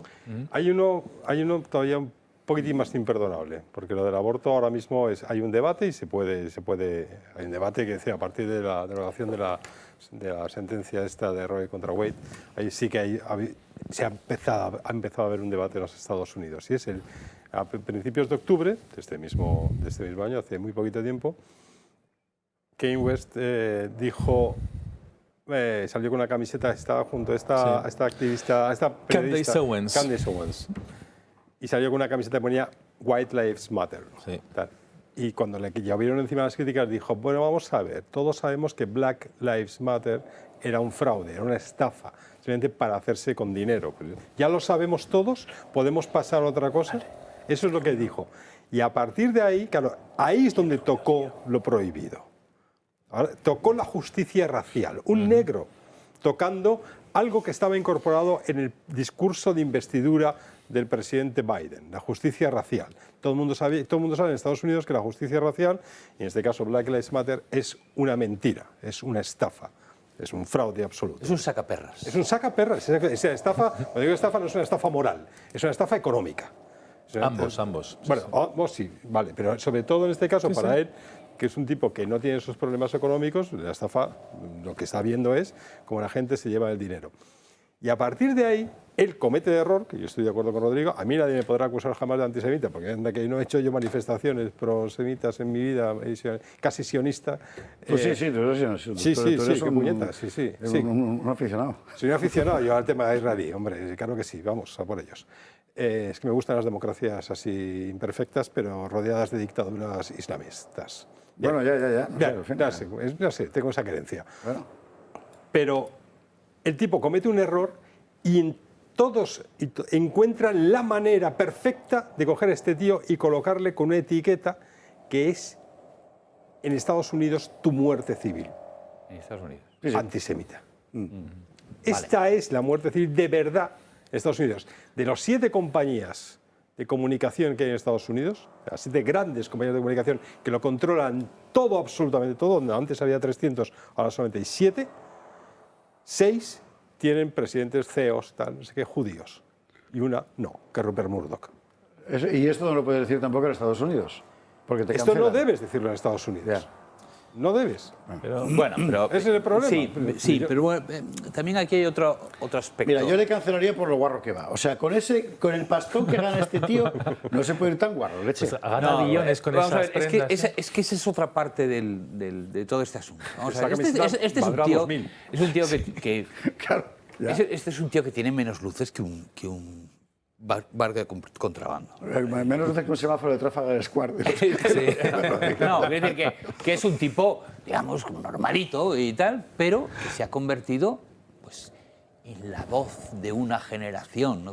Como queráis llamarlo. Entonces, no sé qué les pasa a esta gente entre creativo y muy famoso, que empiezan como a convertirse en profetas. Una cosa bastante incómoda. Bastante incómoda y sobre todo con muchísimo tirón. Esta gente de repente dice, no hay nada como beberse, y de repente millones de personas se ponen a beber eso mismo.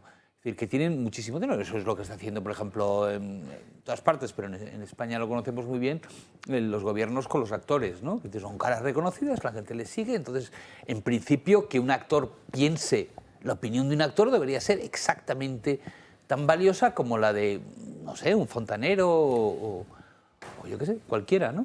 Sí, y sin embargo, no, porque no saben especialmente eso, pero sin embargo se les da, son una cara reconocida y por tanto su opinión vale más. Es lo que le pasa a Kanye West. Si tú le oyes, es el típico tío que dices, de verdad, no eres Moisés, ¿sabes? No estás...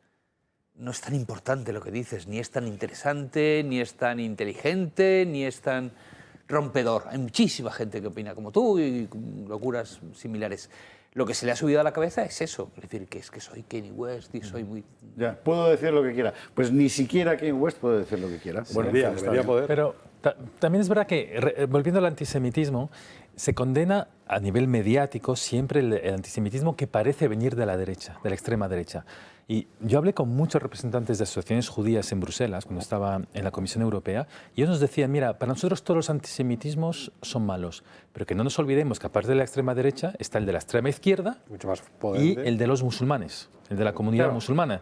Y de esos dos no se habla. Entonces, por ejemplo, en Estados Unidos tienes ahora diputados demócratas, tipo Alexandra Ocasio-Cortez, y alguna cuyo nombre no recuerdo, pero vamos, que va con un velo islámico precioso, ortodoxo.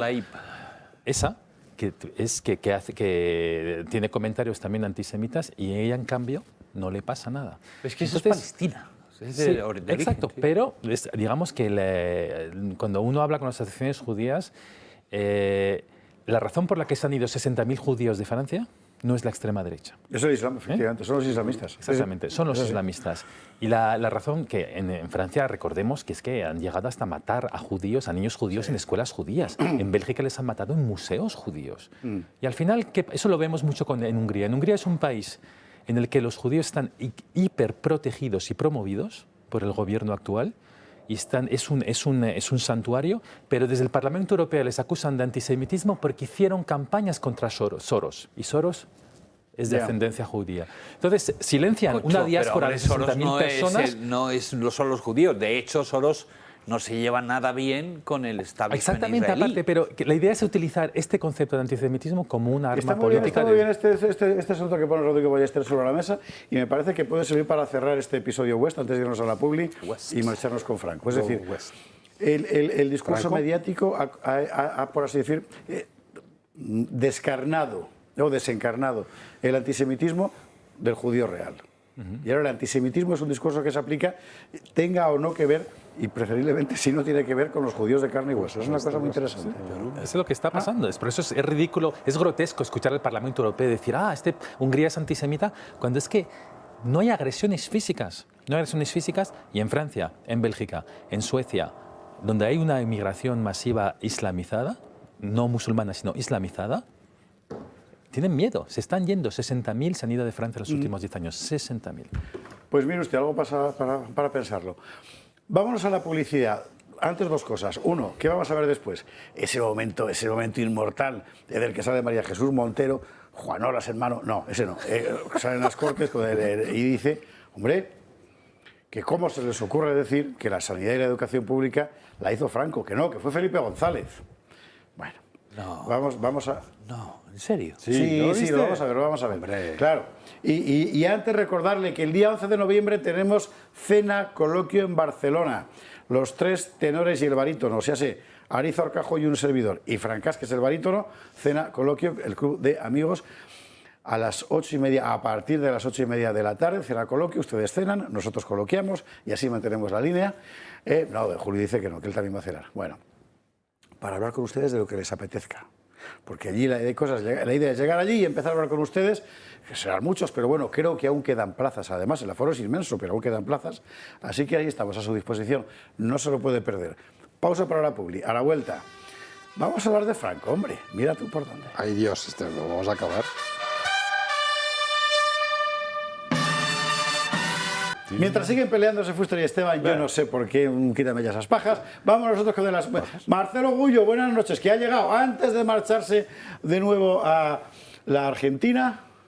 Muy buenas noches. ¿Qué tal? Vine solo porque los quiero mucho a ustedes, pero también al pueblo español a despedirme. Y para porque traerme el día sábado a las 5 de la tarde vuelo de nuevo para Argentina. ¿Cuándo vuelves? Y no, el sábado ¿Pero a las cuándo 5 de la tarde. vuelves? ¿A cuándo vuelvo? Cuando Dios quiera. No, vuelve antes. Vuelve antes, a ser posible. Si Dios Ese es quiere, blasfemo. para el 20 de abril, si Dios quiere. Ah, vale, Pero vale. no quería... en un taxi me lo tomé. Digo, señor, a toda marcha, por favor, que me tengo que despedir de los amigos y del público. No quería Y me ha traído el irme libro y sin todo, despedirme.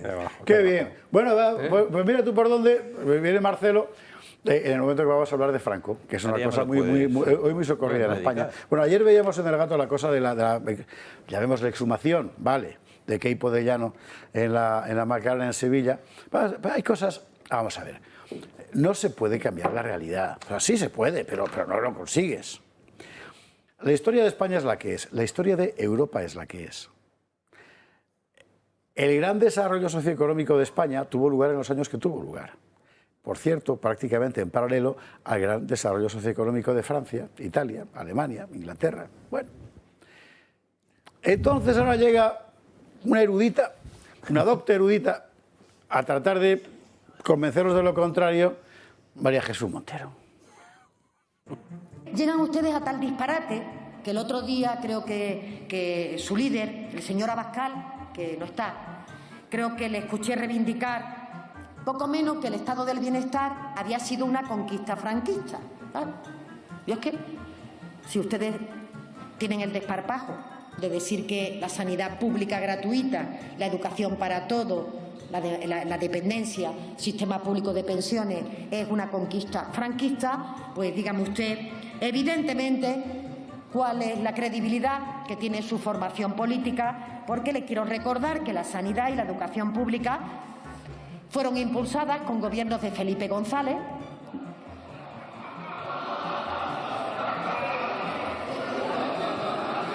Señorías, pido respeto, por favor. Es que ya directamente no sé si es ignorancia, señoría. Esta vez sí, tengo que reconocer que quiero felicitar al Partido Socialista por su invención de la sanidad pública. Cuando ustedes gobernaban, quiero felicitarles por la inauguración del Hospital de la Paz, 1964, bajo gobierno socialista.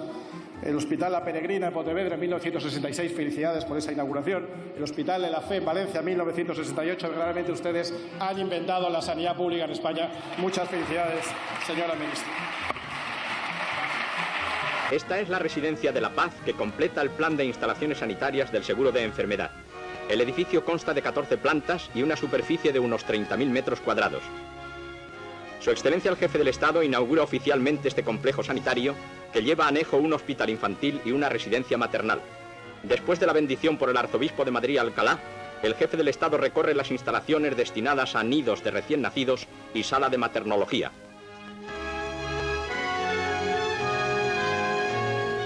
El Generalísimo es objeto de aclamaciones y muestras de entusiasmo.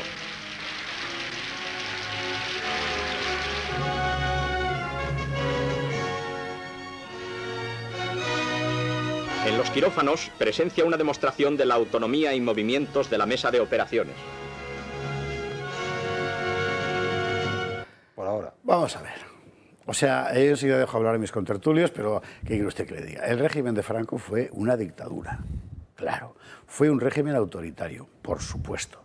Limitó drásticamente las libertades públicas en el sentido político, por supuesto.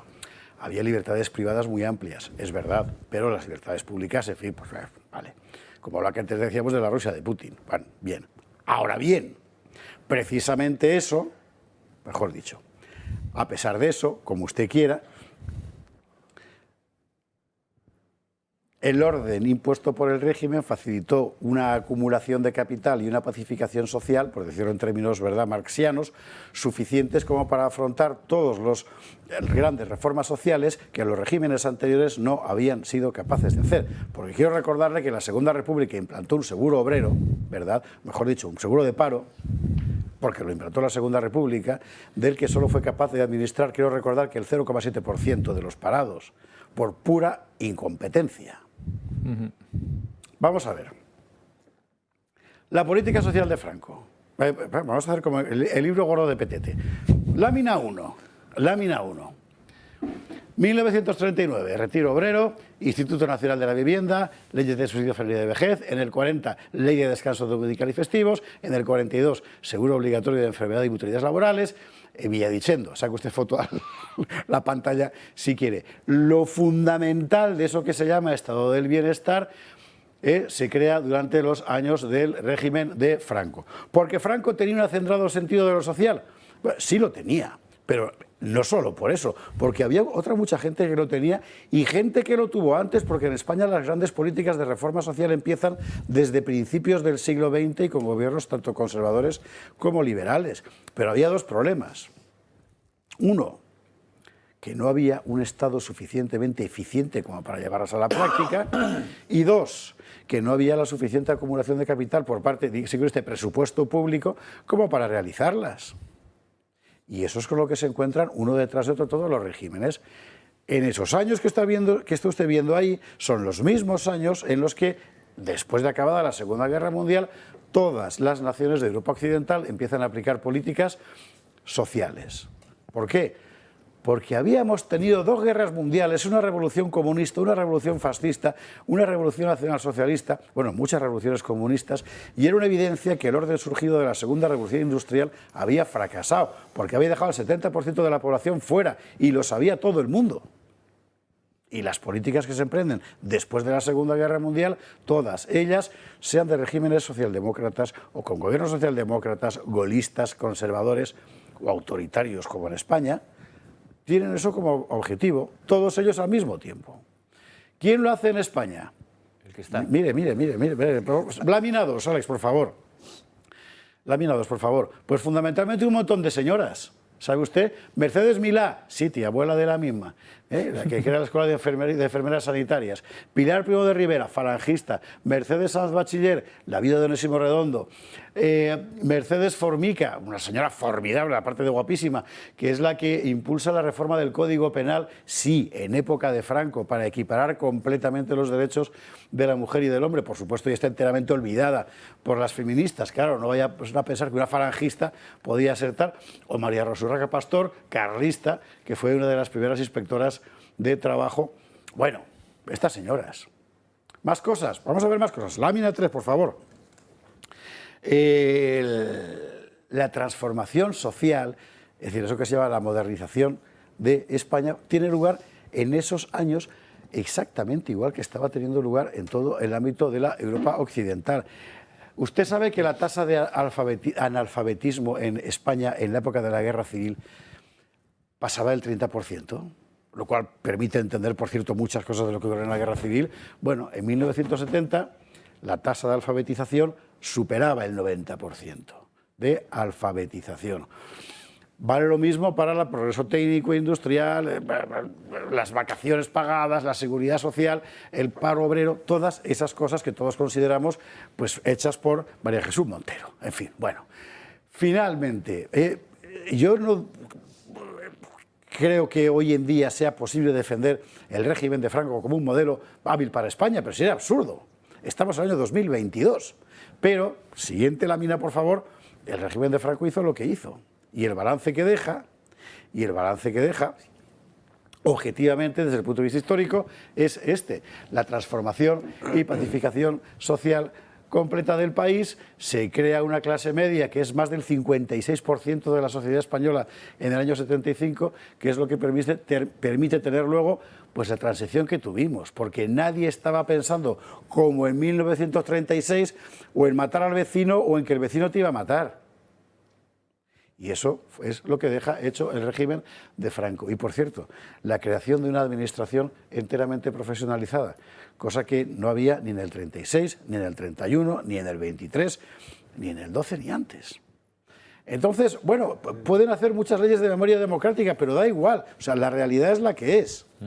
Y pues nos veremos en los tribunales. Si a alguien se le ocurre decir que estoy haciendo apología del franquismo, por decir algo que son hechos históricos objetivos y concretables. No, yo sé que José Antonio Fuster, a pesar de la cara que pone, no me va a delatar. No, yo ya he contado lo que tenía que contar. Con las ventanas del plató, a ver cuando entra aquí la policía del pensamiento y empieza haciendo rappel y empieza a encañonarnos. Pero bueno, que no.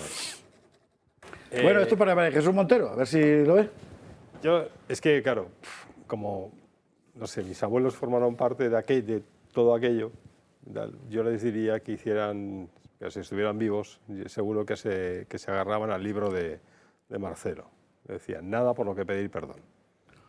Es que es eso, es que parece que también el franquismo tiene que pedir perdón por haber hecho todas las cosas buenas, lógicas, normales, como te has dicho, además, de una evolución histórica que no solamente era una cosa española, que era una cosa europea.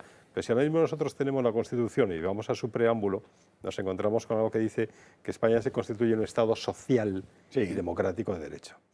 Si alguien quiere ver alguna reminiscencia del franquismo en todo lo que es la Constitución, ¿es la palabra social? Es la palabra social. Sí, señor. Vale, pues entonces, pero parece que hay que explicarlo, porque la Constitución de la Segunda República decía que España es una república democrática de trabajadores. De todas las clases. De todas las clases. De trabajadores, que la gente se tronchaba de la risa con aquello, claro. Cada vez que dicen ellos social, está en la España social, la justicia social, un concepto absolutamente también falangista o fascista, la justicia social, luego lo coge el peronismo, el justicialismo argentino y esos pequeños detalles, pero es un concepto que viene muy del fascismo italiano, del falangismo también, que lo adopta Primo de Rivera. Pero España es un Estado social, y como Estado social, de verdad. Y lo que hace María Jesús Montero es pasar a la historia, porque estará en el diario de sesiones, con algo que ahí siempre me ha dado un poco de apuro, que es cuando alguien dice algo, el diario de sesiones se transcribe el diario de sesiones, y entre paréntesis se pone aplausos, muy bien, gritos, tal. En este caso va a ser risas. Algo que diga María Jesús Montero produce risa. Mofas. Sí, Mofa, befa y escarnio. Hay una que la Tierra gira alrededor del Sol, es francamente una cosa de locos. Vamos a seguir enseguida, Rodrigo Ballester también. Antes, breve paréntesis, para congratularme por una cosa que acaba de decir Marcelo Gullo y que hay que explicar, como tantas otras cosas, a los profesores de los colegios españoles. El asunto de la invasión inglesa durante la Guerra de la Independencia. El otro día Carmen Iglesias, por cierto, la venerable, grandísima Carmen Iglesias, en una conferencia en la Fundación Wellington en la que coincidimos, me dejó impresionado cuando lo dijo, porque es que es verdad que parece mentira. Vamos a ver. En 1808, cuando gracias a los felones de nuestros reyes, Napoleón se apodera de España, Inglaterra tiene dispuesto un ejército para irse a América a acabar con nuestros virreinatos. Y por el camino, la orden de Wellington es cambiar de dirección. ¿Por qué? Porque tiene que venir a la península ibérica. Así que están los franceses invadiendo y destrozando, y los ingleses que llegan también invaden y también destrozan. De tal forma que la guerra de independencia española es una guerra contra el enemigo francés y contra el aliado inglés. Bueno, se hizo la guerra contra los ingleses, que deberíamos haberla hecho, pero así quedamos como quedamos. Así que, de verdad, muy bien traído el asunto, porque estoy del Lord Douro hasta el mismísimo... ¿El qué? Lord Douro, Lord Douro, claro, Wellington. Bueno, o sea que eso, que pausa para la pública, hay que hacerla. Y Rodrigo Ballester tiene que hablar de estas cosas.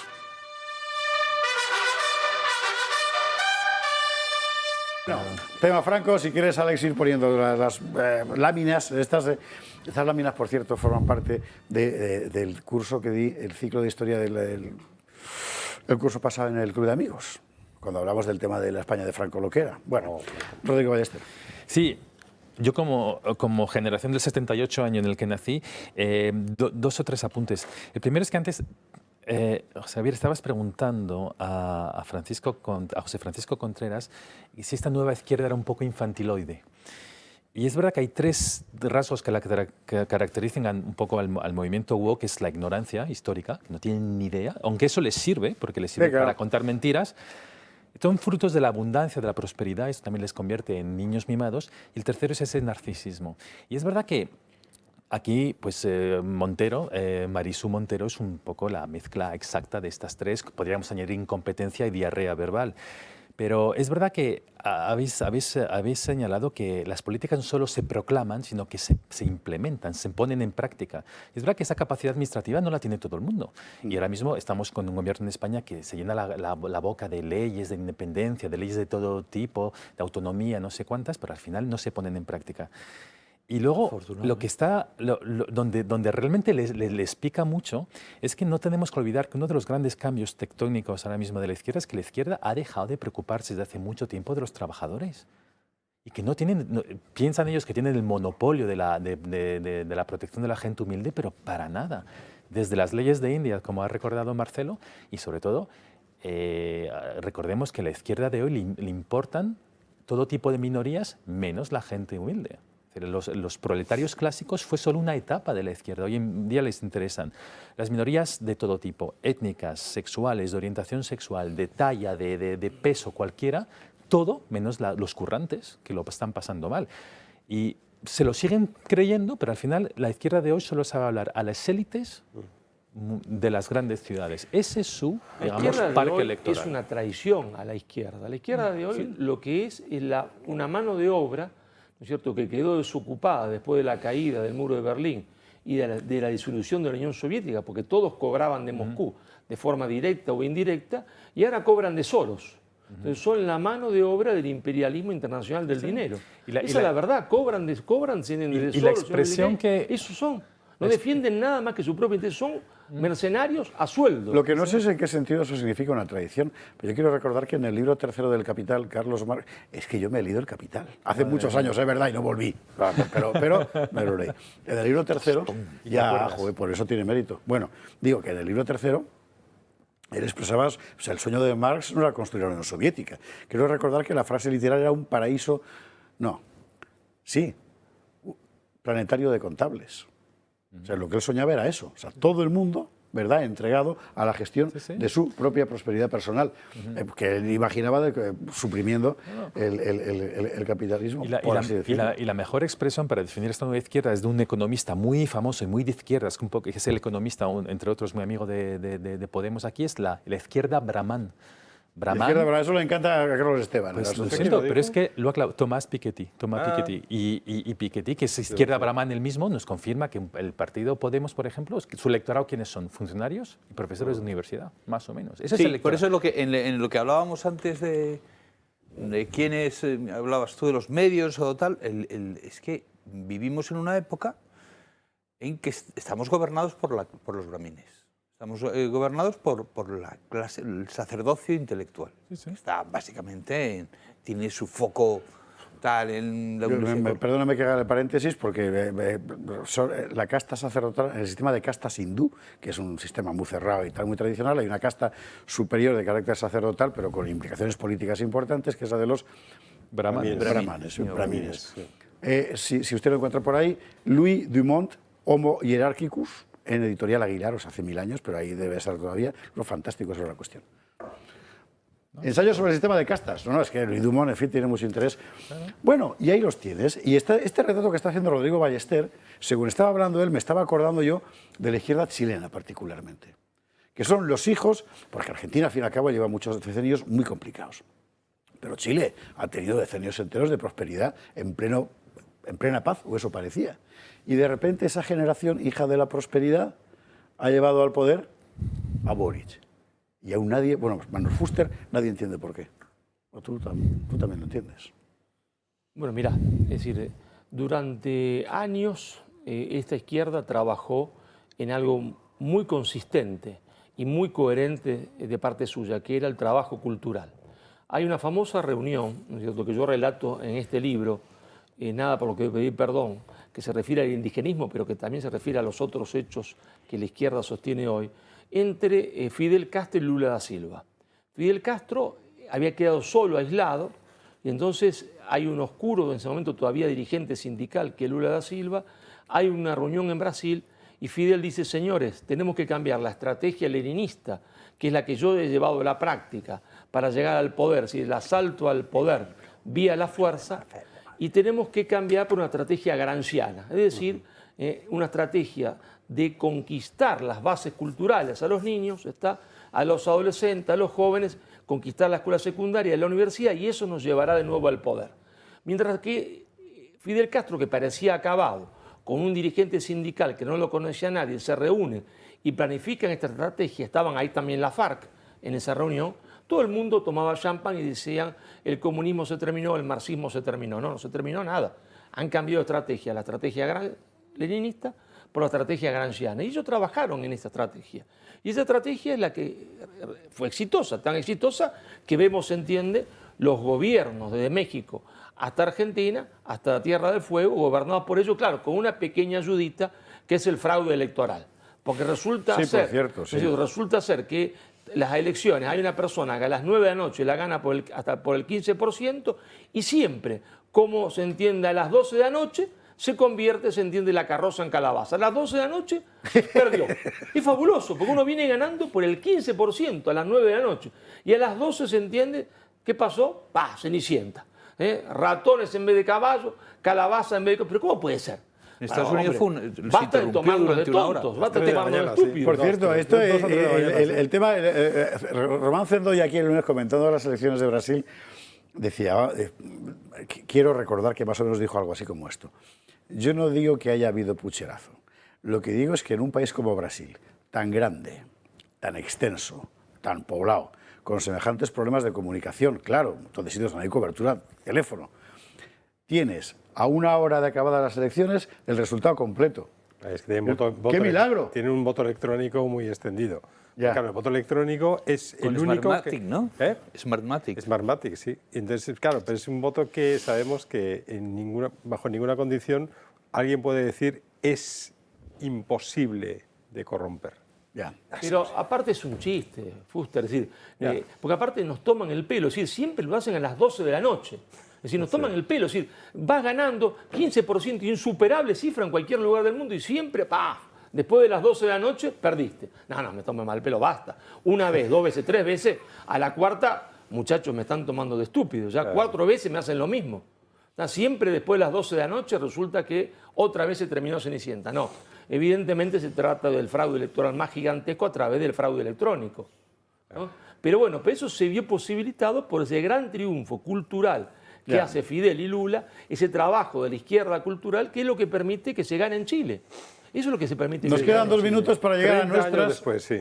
O sea, lo que crean en el Foro de Sao Paulo, que lo crean en los 90, lo que se convierte 30 años después permite que gane en Chile. Es un trabajo cultural lento, pero exitoso. Sí, ¿verdad? Perfecto. Nos quedan 2 minutos para que sean nuestras 12 de la noche y Carlos Esteban se convierta en calabaza y José Antonio Fuster en ratón. Y es el momento de... o viceversa, no lo sé. Antes no nos olvidemos del libro. El momento de despedir a los amigos que se van. Mientras no me transforme yo en Cenicienta. Rodrigo Ballester, que mientras no se le convierte el avión en calabaza, imagínate, que se marcha a Budapest. Correcto, en breve. Al Matías Corvino. Correcto. Que acabamos de abrir un centro en Bruselas. ¡Ole!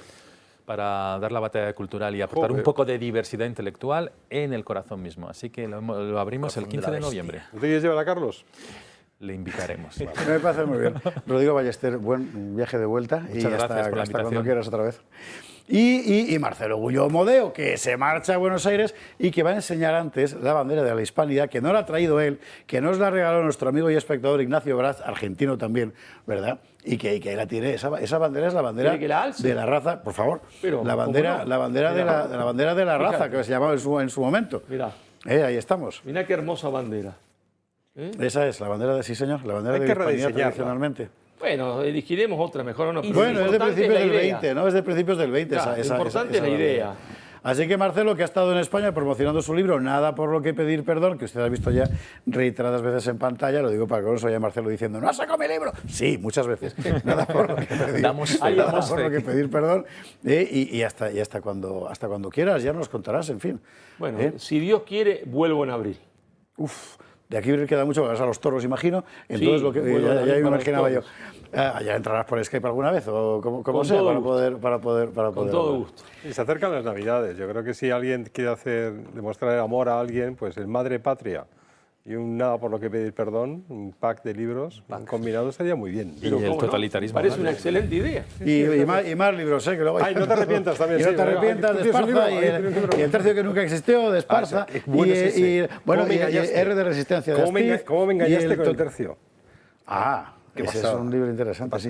Total, que no te nosotros nos marchamos ya el fin de semana, perdón, dejamos a nuestros amigos caminos de sus respectivos predios y también a Carlos Estevella y José Antonio Fuster, que por fin se van a descansar. Que ya tienen muchas... a trabajar. Muchísimas gracias, señores, hasta el viernes que viene. Muchísimas gracias a todos y muchísimas gracias a usted por estar ahí soportándonos. De todo lo que hemos visto hoy, acuérdese usted de todo, además nos puede ver, pero yo me acordaría particularmente de Teresa Valencia y su historia, porque son cosas que, en fin, que hay que tener siempre presente cuando se habla de política y de ideas y todas estas cosas, que hay personas de verdad. Bueno, Club de Amigos 916162464, si este programa así de loco es posible, es precisamente gracias al club. Desde aquí nuestro agradecimiento. Que tengan muy buen fin de semana y el lunes más Gato al Agua.